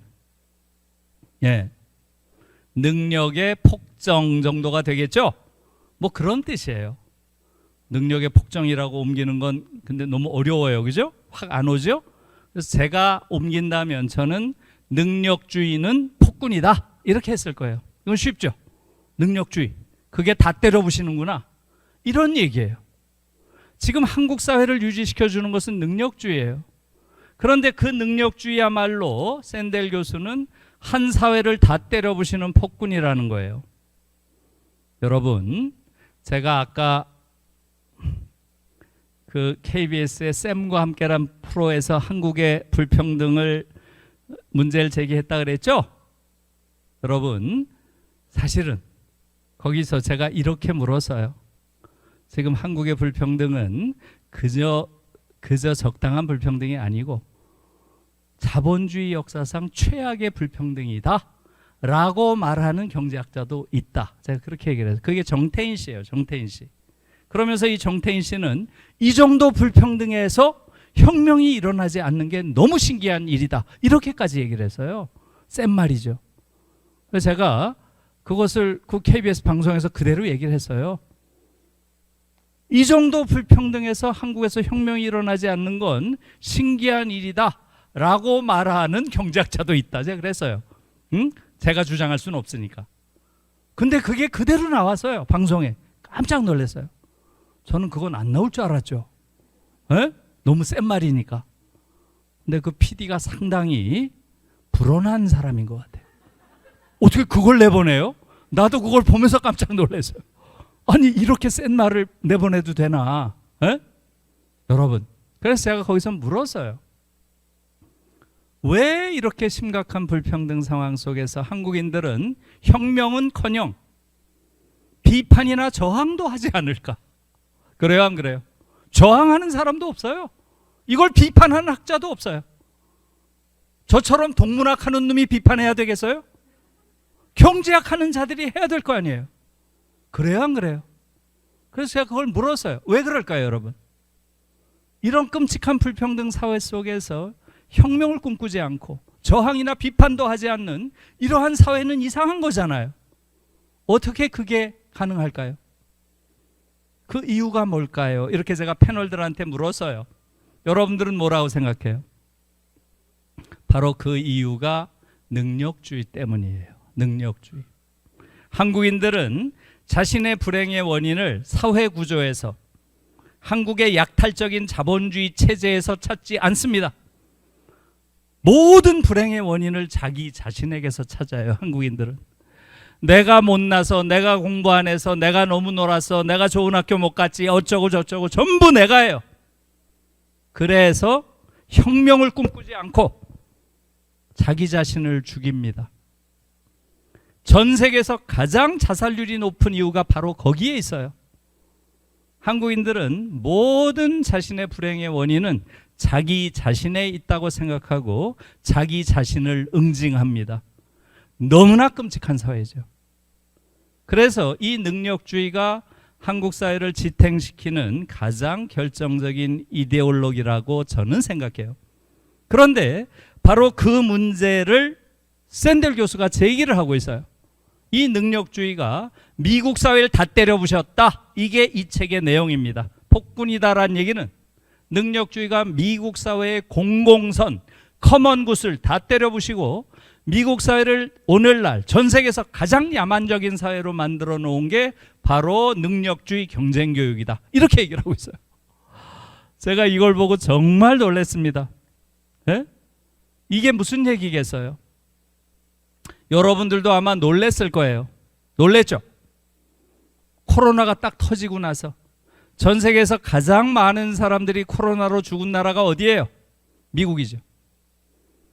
공공의료가 아예 없으니까, 모든 걸 시장에 맡겨놓으니까 돈 있는 놈은 살고 없는 놈은 가는 거예요. 이게 무슨 사회예요? 정글이지. 예? 도널드 트럼프 보셨죠? 예? 트럼프 지지자들이 의회에 들어가서 때려부시고 난장판을 치고 하는 거 다 보셨죠? 아니, 어떻게 미국 민주주의가 이렇게까지 야만성을 드러낼 수 있을까? 놀랬죠? 아마 대부분 다 놀랬을 거예요. 그렇죠? 가장 놀란 사람이 누구겠어요? 마이클 샌델. 이 사람이 가장 놀랐어요. 이 사람은 하버드 대학교 정치학과 교수잖아요. 정치학과 교수. 미국 정치가 어떻게 이런 야만성까지 떨어질 수 있는가? 너무 놀란 거예요. 그래서 그 야만성의 원인을 추적한 게 이 책이에요. 여기서 밝히고 있습니다. 미국이 어떻게 이렇게 야만적인 사회가 될 수 있을까? 그래서 나온 게 이 책이고요. 트럼프가 아니라 샌델의 진단은 뭐예요? 제목에 나와 있는 바와 같습니다. 능력주의 경쟁교육이 미국 사회를 다 때려부신 폭군이라는 거예요. 놀라운 얘기죠. 그래요, 안 그래요? 왜 능력주의가 미국 사회를 다 때려부셨을까요? 지금 미국 사회는 소수의 엘리트들이 완전히 지배하는 사회인 건 아시죠? 소위 아이비리그라고 불리는 엘리트들이 지배하는 사회가 돼 있죠. 하버드, 예일, 프린스턴, 그 다음에 스탠퍼드. 이런 대학 출신들이 사실상 미국 사회를 완전히 장악해서 지배하고 있습니다. 결국은 이러한 소위 능력주의라고 하는 것이 미국 사회를 오늘날 갈갈이 찢어놨다는 거예요. 어떻게? 저렇게. hubris and humility 이런 표현을 쓰고 있어요. 휴브리스란 말을 아마 여러분들이 잘 모르실 거예요. 흔히 쓰는 말이 아니에요. 네. 이것은 오만이란 뜻입니다. 오만. 근데 보통 오만하면 에로건트 이런 말 많이 쓰죠? 휴브리스 말 안 써요. 이 휴브리스는 히틀러스 휴브리스 이런 말을 독일어에서 많이 써요. 독일어와 같기 때문에 저는 그 독일 말에서 유출을 했지만 히틀러의 오만이란 건 어때요? 이건 거의 정신병적 오만이죠. 히틀러가 보이는. 그래요, 안 그래요? 그런 의미가 휴브리스예요. 그러니까 지금 미국 사회는 소수 엘리트들의 저런 정신병적 오만과 대다수 대중들이 느끼는 휴밀리티, 굴욕감, 이것으로 완전히 쪼개져 있다는 거예요. 그래서 여러분, 오바마라고 알죠? 이 오바마 대통령이 돌아다니면서 늘 연설할 때 빠지지 않는 말이 있어요. 뭐겠어요? You can make it if you try. 어딜 가나 이 말을 하고 다녀요. You can make it if you try. 노력하면 다 할 수 있어. 이러고 다닌 거예요. 나 봐, 나. 내가 흑인이지만 대통령까지 되잖아. 노력하니까. 내 처를 봐, 내 처. 미셸 오바마. 미셸은 나보다도 더해. 아주 지극히 가난한, 찢어지게 가난한 흑인 노동자의 딸인데 자기가 노력해서 스탠포드 나와서 하버드 나와서 저렇게 변호사도 되고 퍼스트 레이디도 되잖아. 이게 미국이야. 이러고 다닌 거예요. 여러분 어떻게 생각해요? 예, 이게 뭐 그다지 그렇게 뭐 도발적인 말은 아니죠. 아이고 노력하면 다 그래도 성공한다. 뭐 그 정도로 무해한 말로 들리기도 하죠. 그런데 이 말이 어떤 사람들에게는 더 이상 말이 아니었다는 거죠. 가슴을 후벼 파는 칼이었다는 거예요. 그게 누구겠어요? 특히 미국 사회에서 신자유주의 세계화가 되면서 노동 집약적인 산업들, 자동차, 조선, 그다음 금속 이런 산업들이 다 외국으로 떠나갔죠. 그렇게 되면서 특히 자동차, 조선 이런 분야에서는 그 공장이 있는 지역 전체가 완전한 실업지대가 됐다는 거예요. 대표적인 게 디트로이트 같은 데죠. 자동차 도시. 이런 지역을 러스트 벨트란 표현을 많이 썼죠. 러스트 벨트. 일종의 녹슨 지대. 도시 전체가 녹슬어 있는 거예요.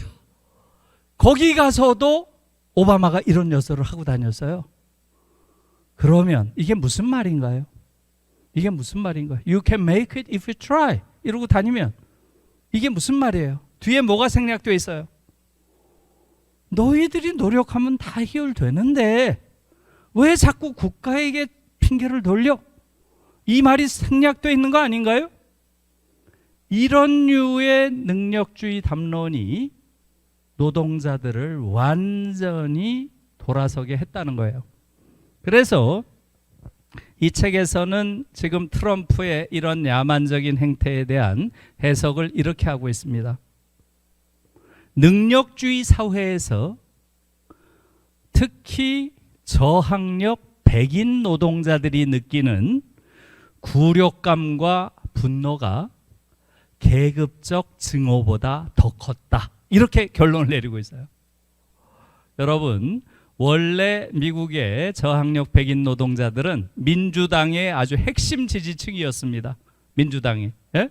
그런데 이들의 70%가 트럼프를 찍은 거예요. 여기서 완전히 뒤집힌 거죠. 그러니까 그 현상을 이렇게 진단을 한 거예요. 능력주의 사회에서 저학력 백인 노동자들이 느끼는 굴욕감과 분노, 이게 계급적인 증오보다도 더 컸다. 이게 트럼프라는 괴물을 만들었다. 이렇게 얘기를 하는 거죠. 무슨 얘기인지 이해하셨죠? 그래서 이런 류의 능력주의가 완전히 오만한 엘리트와 굴욕감에 젖어 사는 대중들로 미국 사회를 갈라놓았다는 거예요. 한국 사회는 다른가요? Death of despair. 이것도 마찬가지예요. despair라는 게 절망이죠. 절망의 죽음.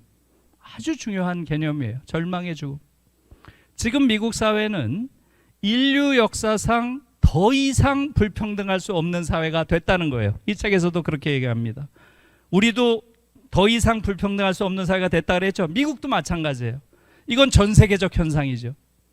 자본주의가 250년 됐지만 지난 40년 동안의 자본주의는 이른바 신자유주의적 자본주의죠. 네오리베럴 캐피탈리즘이에요. 이것은 어마어마한 불평등을 전 세계에 가져온 거예요. 여기서도 그 얘기를 합니다. 지금 미국은 3명의 개인이 가지고 있는 부가 미국인 절반이 가지고 있는 부보다 많다. 이렇게 얘기를 해요.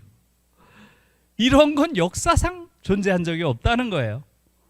여러분, 중세 때 무슨 황제들, 루이 16세, 베르사유에 있었던 어마어마한 부를 가지고 있었죠. 지금 부자와 비교가 돼요? 지금 부자들은 어때요? 이걸 지구상에서 보면 7명의 개인이 가지고 있는 부가 지구인 전체의 절반이 가지고 있는 부보다 많답니다. 이런 불평등 정도는 역사상 없다는 거예요. 그런데 더 놀라운 건 뭐예요? 더 놀라운 건 이러한 불평등이 이루어진 사회에서 혁명이 없다는 거예요. 혁명이. 아까 말씀드렸죠? 예. 혁명은커녕 저항도 없다는 거예요. 이러한 체제에 대한 비판도 없다는 거예요. 거기에 대한 분석을 하고 있어요.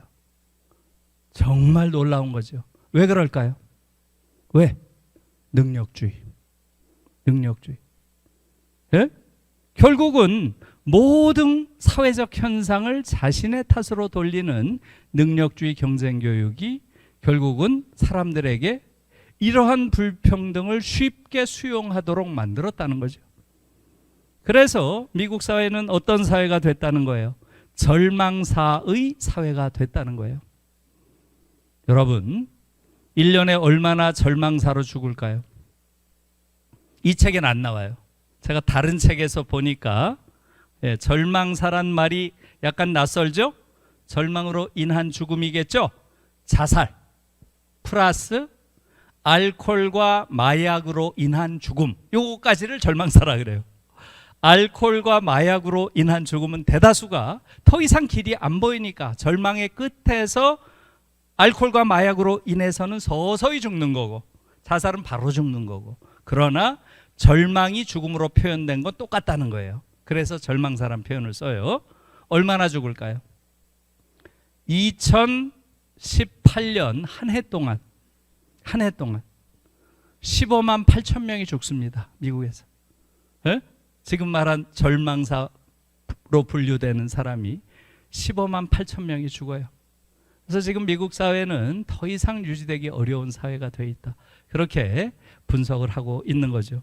여기서 한 가지만 더 말씀드릴게요. 여기서 이 폭군이 때려부시는 것 중에 가장 끔찍한 게 dignity of work라고 얘기를 합니다. 내가 이 분석을 보고 정말로 샌델 교수에게 많은 동지로서의 느낌을 좀 가졌어요. 정말 중요한 분석입니다. 이 폭군이 때려부시는 가장 끔찍한 건 바로 노동의 존엄이라는 거예요. 노동의 존엄. 노동의 존엄을 다 때려부셨다는 거예요. 이게 무슨 얘기겠어요?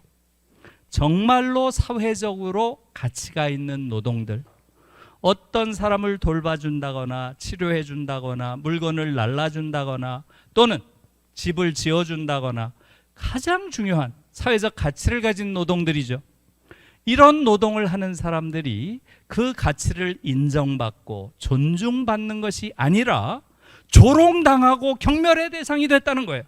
이 능력주의가 설치면서 능력이 없으니까 저희를 하지, 이런 식으로 경멸한다는 거예요. 그래요, 안 그래요? 정말 대단한 분석이에요.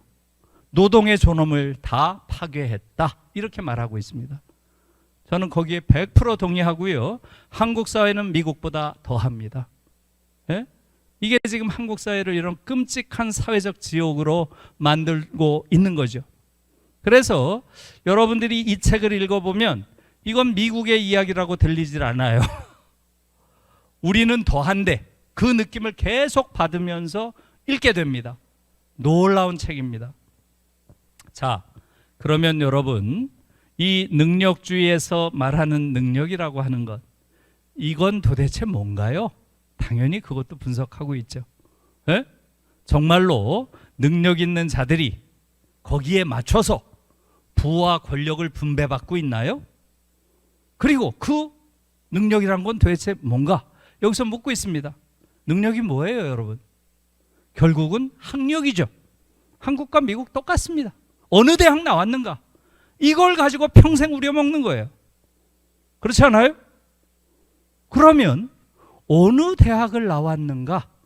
그게 과연 능력의 증표가 되는 게 맞아? 이렇게 묻는 거죠. 자, 아이비리그, 하버드, 예일, 프린스턴, 스탠포드, 여기 들어온 아이들 누구지? 그걸 사회학적으로 분석하고 있어요. 계급 분석을 합니다. 누가 들어오나요? 소위 능력이 있다고 하는 그 대학에 누가 들어와요? 정말로 뛰어난 능력을 가진 자가 들어오나요? 아니면 아버지 돈지갑이 두툼한 애들이 들어오나요? 누가 들어와요? 예, 경제적인 부가 모든 걸 결정한다는 거예요. 그걸 증명하고 있어요, 이 책에서. 예?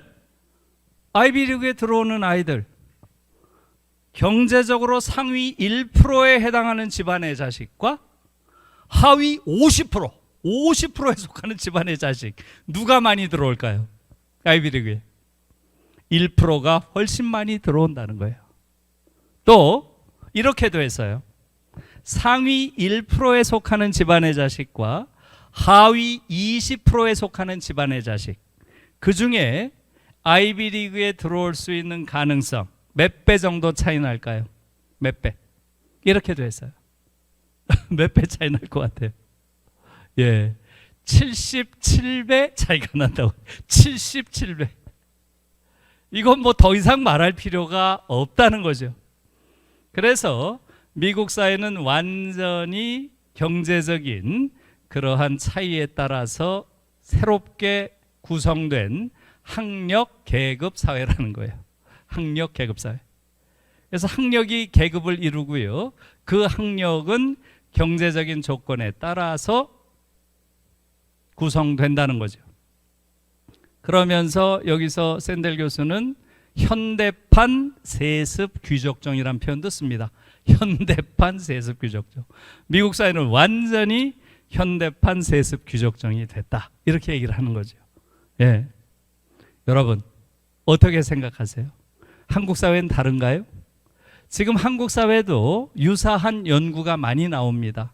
이걸 교육사회학적 연구라고 해요.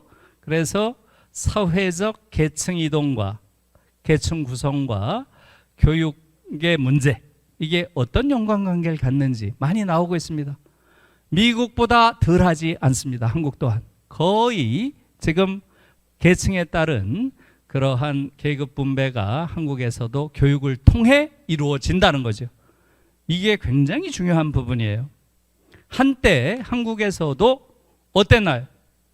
고등교육이라고 하는 게 기회평등을 구현하는 중요한 수단이 됐던 적이 있죠? 지금은 더 이상 아니라는 거죠. 오늘날 한국 사회의 고등교육, 대학교육이라고 하는 것은 기득권들을 유지시켜주고 정당화시켜주고 심지어 세습시켜주는 이러한 사회적 기구로 완전히 타락했다. 이게 지금 한국 사회의 현실입니다. 그래서 고등교육을 근본적으로 바꾸지 않는 한 사회적 정의를 구현하기가 어렵다는 거죠. 사실 한국은 미국보다 더 나쁘죠. 미국이 학력 계급 사회라면 한국은 학벌 계급 사회죠. 학력 계급 사회와 학벌 계급 사회는 어떻게 다른가요? 한국의 학벌 계급 사회는 어떻게 되어 있나요?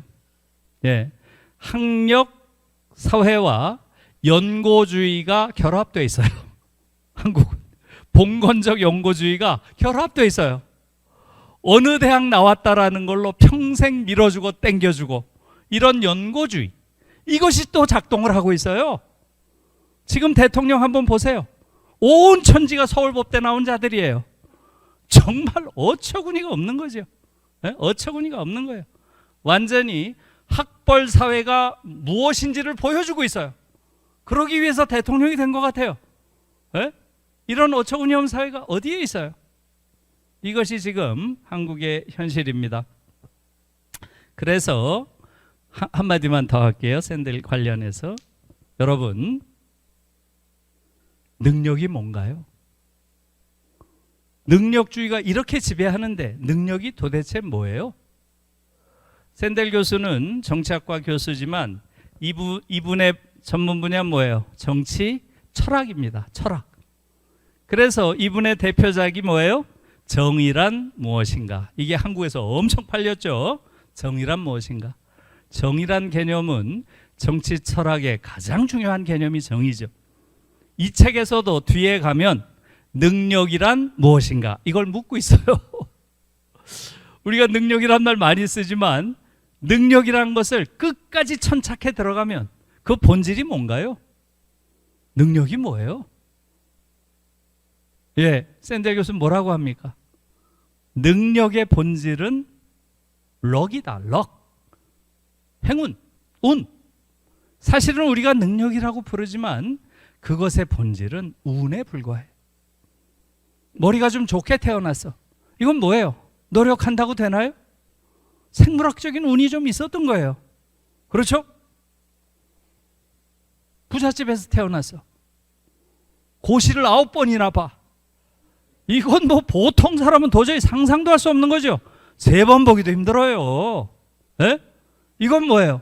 사회적 운이 있는 거죠. 우리 손흥민 보세요. 우리 흥민이가 100년 전에 태어났으면 이렇게 인기가 있었겠어요? 에? 런던에서 볼 차는데 우리가 뭐 알기나 했겠어요? 우린 새벽에 일어나서 보잖아요. 이건 완전히 이런 기술 문명의 혜택을 받고 있는 거죠. 시대적인 운이 있는 거죠. 그래서 우리가 능력이라고 부르는 것의 90%는 사실상 생물학적인 운, 사회적인 운, 시대적인 운이 적당히 결합된 상태, 이걸 능력이라고 부르는 거다. 그러니 능력주의 사회에서 승자라고 해서 이런 휴브리스, 오만방자한 태도를 보이는 것은 사실은 잘못된 것이다. 그렇게 얘기를 하고 있어요. 저는 이 부분에 대해서 대부분 동의합니다.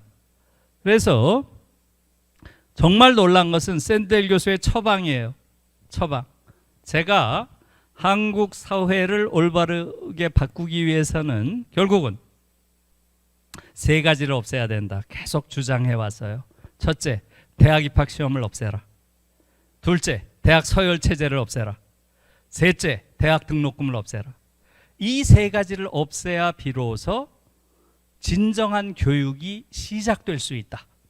이 3가지가 진정한 교육을 가로막는 3가지 장애물이다. 이렇게 해서요, 샌델 교수가 내 주장과 똑같은 이야기를 하고 있어요. 정말 놀랐습니다.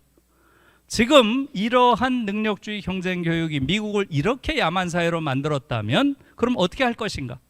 샌델 교수 얘기도 똑같습니다. 대학 입학시험 없애서 자격고시 정도로만 하고 여기에 들어온 아이들은, 합격한 아이들은 차이 없다. 무슨 차이, 대단한 차이가 있냐? 그 아이들은 다 추첨으로 대학을 배정하면 된다. 이렇게 얘기를 하고 있어요. 네? 정말 놀랐습니다. 그러면 대학 서열이라는 게 당연히 없어지겠죠? 또 대학 등록금을 제가 없애야 된다 그랬죠. 이것을 바이든이 지금 하고 있어요. 이것도 깜짝 놀랐어요. 미국은 여러분들이 알 거예요. 전 세계에서 대학 등록금이 가장 비싼 나라인 거 아시죠? 그런데 지금 미국에서도 대학 무상교육이 논의되고 있고 실제로 바이든 예산에 들어가서 실현되고 있어요. 놀라운 거죠. 대부분이 몰라요. 어떻게 그렇게 됐을까요? 버니 샌더스라고 여러분 아세요? 민주당 내 제일 진보적인 상원의원이죠. 버니 샌더스가 지난번 대선에서 세 가지를 핵심 공약으로 내놓았죠. 대학 무상교육, 대학생 부채 탕감. 미국 대학생들 대다수가 빚쟁이에요. 우리나라랑 똑같아요. 다 대출을 해줬으니까. 그 다음에 이를 위한 부유세 도입. 이게 핵심 공약이었어요. 바이든과 정책 연합을 하면서 버니 샌더스가 상원 예결위원장이 됩니다. 그래서 예산 결산을 할 때 무상교육을 넣었어요. 그래서 지금 커뮤니티 칼리지부터 시작했습니다. 지금 들어가 있어요. 그래서 저는 사실은 제가 한 4, 5년 전부터 계속 그 주장을 해왔어요. 대학 입학시험 없애야 된다. 대학 서열 체제 없어야 된다. 대학 등록금 없애야 된다. 제가 처음에 그 얘기를 한 게 총리 공간에서 했어요. 그 당시에 정세균 총리였어요. 제가 그 얘기를 한 이유는 그 당시에 교육부 장관이 유은혜였어요. 유은혜 아세요? 예. 한숨이 막 나오죠. 예, 맞습니다. 제가 아이고 오늘 잘 걸렸다. 유은혜가 앉아 있더라고요. 배석을 시켜놨어요. 그래서 제가 세게 비판했습니다. 그러면서 한국 교육이 앞으로 되려면 이 세 가지를 없애면 된다. 그렇게 얘기를 했더니 그 당시에 한 20분 정도 교육 전문가라고 오셨는데 사실은 고백을 하자면 분위기는 안 좋았습니다. 제가 이 세 가지 없애야 된다 그러니까 사람들이 수근수근 하더라고요. 누가 저런 놈을 불렀나 이런 분위기예요 보니까. 그래서 그때만 해도 그랬어요 분위기가. 그런데 지금 제가 이 샌델 교수의 이 책을 보니까 어때요? 이게 지금 흐름이에요. 심지어 미국이라고 하는 교육 야망국가죠. 완전히 교육 야망국가가 미국입니다 사실은. 예? 모든 걸 교육을 시장에 맡겨놓은 이런 야망국가가 어디 있어요? 심지어 미국에서조차도 이제 더 이상 이것은 안 된다라고 하는 게 이 책에서 나오고 있고요. 그 다음에 바이든 예산에 이미 대학 무상교육이 들어간 걸 보고 아 이것은 시대정신이구나. 내가 시대정신을 앞서 본 측면이 있겠구나. 이렇게 좀 용기를 가졌습니다. 그래서 한국 교육도 앞으로 이런 방향으로 바뀌어야 된다. 이렇게 생각합니다. 예, 고맙습니다.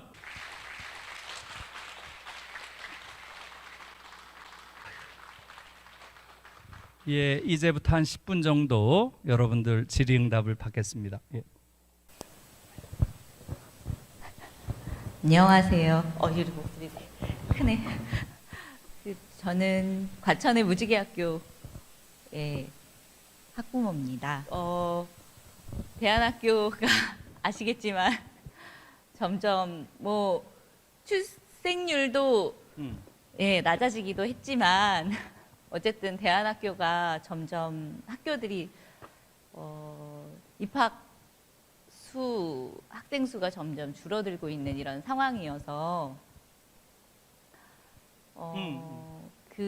아무래도 저희들도 경쟁 교육을 받았던 사람들이고 그러니까 그 가치관에서 벗어나기가 쉽지는 않은 상황이어서 그래서 대한교육으로 선뜻 진입하지 못하는 공동류가 어린이집까지는 했지만 대안학교로는 오지 못하는 경우도 굉장히 많거든요. 그래서 어떻게 하면 이런 상황이 돌파될 수 있을지 혹시 해법 있으시면 말씀해 주시면 감사하겠습니다.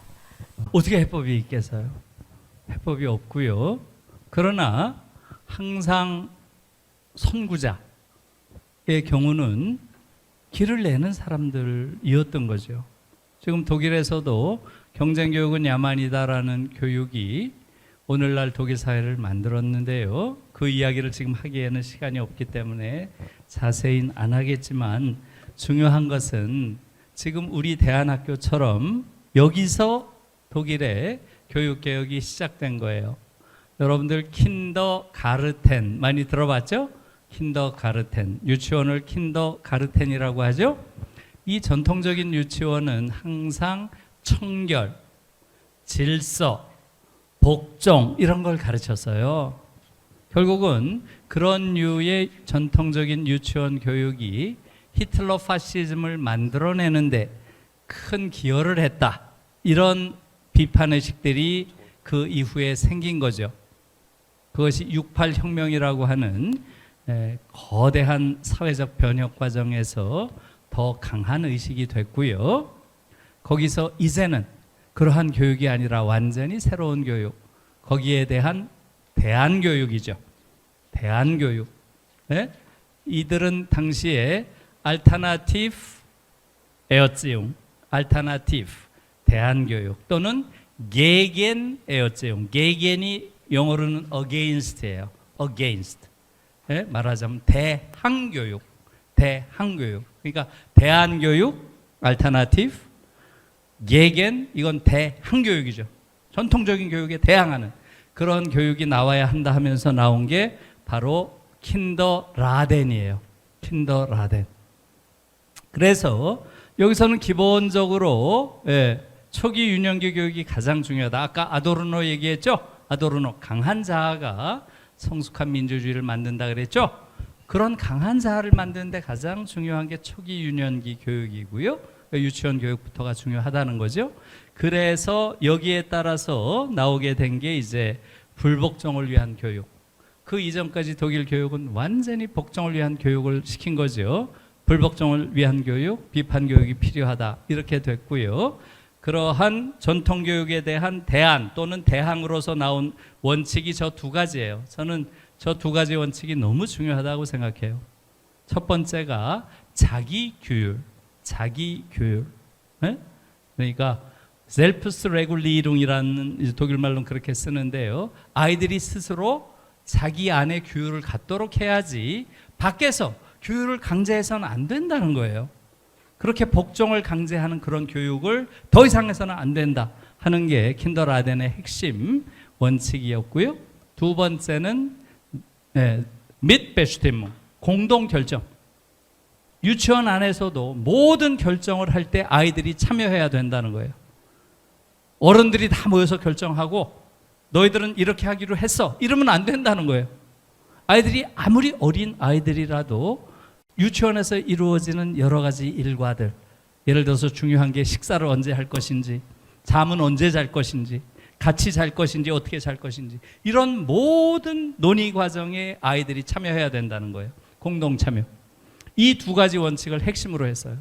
그러니까 이것은 이전에 했던 킨더가르텐, 전통적인 유치원과는 전혀 다른 그러한 교육이 시작된 것이고요. 여기서 기본적인 철학은 아동이 아동 문화의 능동적 주체여야 한다. 이거였어요. 그러니까 유년기부터 완전히 능동적인 주체로서의 유년기, 아동기를 갖도록 시작한 거죠. 이게 오늘날 독일을 가장 성숙한 그러한 말하자면 민주 시민사회를 만든 것이죠. 그래서 이것은 그 당시로서는 대안교육의 출발이었지만 이것이 보편화되면서 이것이 말하자면 일반적인 교육으로 된 것이죠. 그래서 지금 한국에서도 지금 대안교육에서 이루어지고 있는 이런 실험들이 저는 한국 사회가 앞으로 변화하는데 어느 순간 결정적인 전환점의 그런 기폭제가 전 되리라고 봐요. 예를 들어서 한국 사회에서도 지금 사실은 지난번 대선 과정에서도 이재명 후보죠. 이재명 후보가 여러 가지 저한테도 제안을 해왔어요. 네? 무슨 교육위원장을 맡아달라고 하더라고요. 그래서 얼마든지 맡겠다. 네? 교육위원장이 아니고 수위라도 하겠다. 그 대신 내가 주장하는 세 가지를 받아다오. 그랬더니 그 다음 날부터 전화가 안 와요. 예? 연락이 안 와요. 그러다가 윤한테 뒤집혔어요. 한 달 넘겨놓고 뒤집혔어요. 그러니까 또 그쪽에서 연락이 왔어요. 예? 교육 특보단을 3,400명을 조직을 했는데 특보 단장을 맡아주세요 이러더라고요. 그래서 아이고 얼마든지 맞죠. 예. 저는 수의라도 하겠다고 했잖아요. 그 세 가지 이제는 받을 준비가 됐습니까? 그랬더니 그 다음부터 또 연락이 안 와요. 예? 지금 그런 상황이에요. 그래서 사실은 지금 대통령제가 가지고 있는 강점은 있습니다. 대통령이 이 문제의 심각성을 인식하고 여기에 대해서 적극적으로 변화하고자 한다면 얼마든지 사실 변화시킬 수 있는 역량이 있죠. 그런데 제가 그 정치권과의 이런저런, 제가 민주당 가서도 여러 번 강연을 했습니다. 그걸 하면서 느낀 것은 우리 정치인들이 대체로 어때요? 한국 교육에 잘 적응한 사람들이고요. 특히 사법고시 붙은 사람들, 이 사람들은 교육 알기를 우습게 알아요. 아, 인생은 그냥 고시 한 번으로 끝나는 거지, 이렇게 생각하는 자들이 너무 많아요. 그래서 가능하면 고시한 자들 뽑으면 안 되겠더라고요. 네? 그래서 정치권에 많은 걸 믿을 수는 없다. 그래서 한편으로는 이러한 변화를 우리가 계속 꾸준히 유지해 가는 게 굉장히 중요하고요. 그 다음에는 우리 시민들이 가지고 있는 힘을 때때로 보여줄 필요가 있다, 이렇게도 생각합니다. 그래서 저는 우리가 한 100만 명 정도 모여서 광화문에서 교육 촛불을 드는 날 한국 교육의 변화가 시작되지 않을까, 이렇게 생각합니다. 지금 기존의 사람들에게 교육의 변화를 바란다는 건 어렵습니다. 아까 말한 것처럼 지금 기존의 사람들의 경우는 우리 교육이 문제라는 것 자체를 몰라요. 아예 모릅니다. 우리가 지금 작동하는 우리 교실이 정상적인 교육이라고 생각을 해요. 많은 사람들이. 그렇지 않습니다. 여러분들이 대한교육을 선택한 것은 한국 사회에서 교육과 관련한 대단한 그런 선구자적 안목이 있었기 때문에 가능한 것이라고 생각하고요. 그런 맥락에서 여러분들에게 동지적 그런 연대를 표하고요. 여러분들과 저와 함께 손을 잡고 한국 교육을 같이 변화시켰으면 좋겠습니다. 고맙습니다. 네, 교수님. 그 유튜브에서 질문이 하나 있는데요. 또 있나요? 네. 네. 대학 무상교육이 어떻게 교육의 정상화와 관련이 있는지 조금 더 설명 부탁드린다면. 대학 무상교육이요? 네. 대학 무상교육은 정말 중요하죠. 이것은 뭐냐 하면 대학 교육을, 특히 고등교육을 어떻게 볼 것인가라는 문제예요. 지금 한국은 완전히 지금 미국식 교육을 그대로 제도도 따라오고 있죠. 미국은 고등교육을 어떻게 보나요? 내 돈으로 교육시장에서 구매하는 상품이라고 봐요. 야, 내 돈 내고 내 자식을 좋은 교육을 시키겠다는데 뭐 잘못됐어? 이러는 거죠. 하버드가 얼마인가요 지금? 한 6만 5천 달러 되죠? 한 7,500만 원 정도 될 거예요. 우리 돈으로 하면 한 6만 5천 달러 되니까. 예일이 한 6만 3천, 프린스턴이 한 6만 1천. 독일, 지금 미국의 경우는 명문 대학의 순위가 등록금 순위예요. 시장이 그렇게 돼 있으니까. 고등교육도 다 상품이에요. 내 돈 내고 사는, 구매하는 상품입니다. 유럽 사람들은 뭐라고 하겠어요? 야, 그게 말이 되냐? 미국인들은 내 돈 내고 내 자식에게 좋은 교육을 제공하는 게 뭐 잘못됐니? 그게 자유주의적 정의라고 그들은 이야기하는 거예요. 나 같은 사람은 야 임마 그게 무슨 정의냐? 완전히 자본가들이 교육까지 독점하는 그런 행동이지. 그러면 나한테 뭐라 그러겠어요? 빨갱이 이러는 거예요. 미국인들이 입에 달고 있는 게 커뮤니스트입니다. 그거 우리만의 현상이 아니에요. 걔들도 사회적 정의를 이야기하면 바로 커뮤니스트 이렇게 옵니다. 네, 이게 미국이에요. 그래서 미국에서도 대학 교육을 기본적으로 시장에서 구매하는 상품으로 보고 있어요. 유럽에서는 어떻게 보나요? 고등교육은 결과의 평등까지 이루어진 이상적인 세계를 인간이 만들지는 못할지 언정 최소한 기회의 평등은 누구에게나 주어져야 된다는 거죠. 아버지 돈지갑에 의해서 한 인간의 기회가 박탈당하는 상황은 절대 있으면 안 된다. 그렇기 때문에 대학 교육은 기회의 평등을 보장하는 가장 중요한 사회적 제도라고 보는 거죠. 그래서 등록금이 없는 것이고요. 등록금만 없는 것으로도 안 되죠. 등록금이 없지만 어때요? 부잣집 아이들은 계속 공부만 전념할 수 있는데 집안이 어려운 아이들은 계속 아르바이트를 하는 거예요. 왜? 생활비는 벌어야 되니까. 그래서 이게 독일은 69년 선거에서 핵심적인 정치적 쟁점이 됩니다. 그래서 69년에 바로 생활비도 대학 사회에서 국가에서 보장해야 된다 하는 법이 통과되고요. 69년에 이걸 바펙이라고 합니다. 그래서 독일의 경우는 생활비까지 국가에서 줍니다.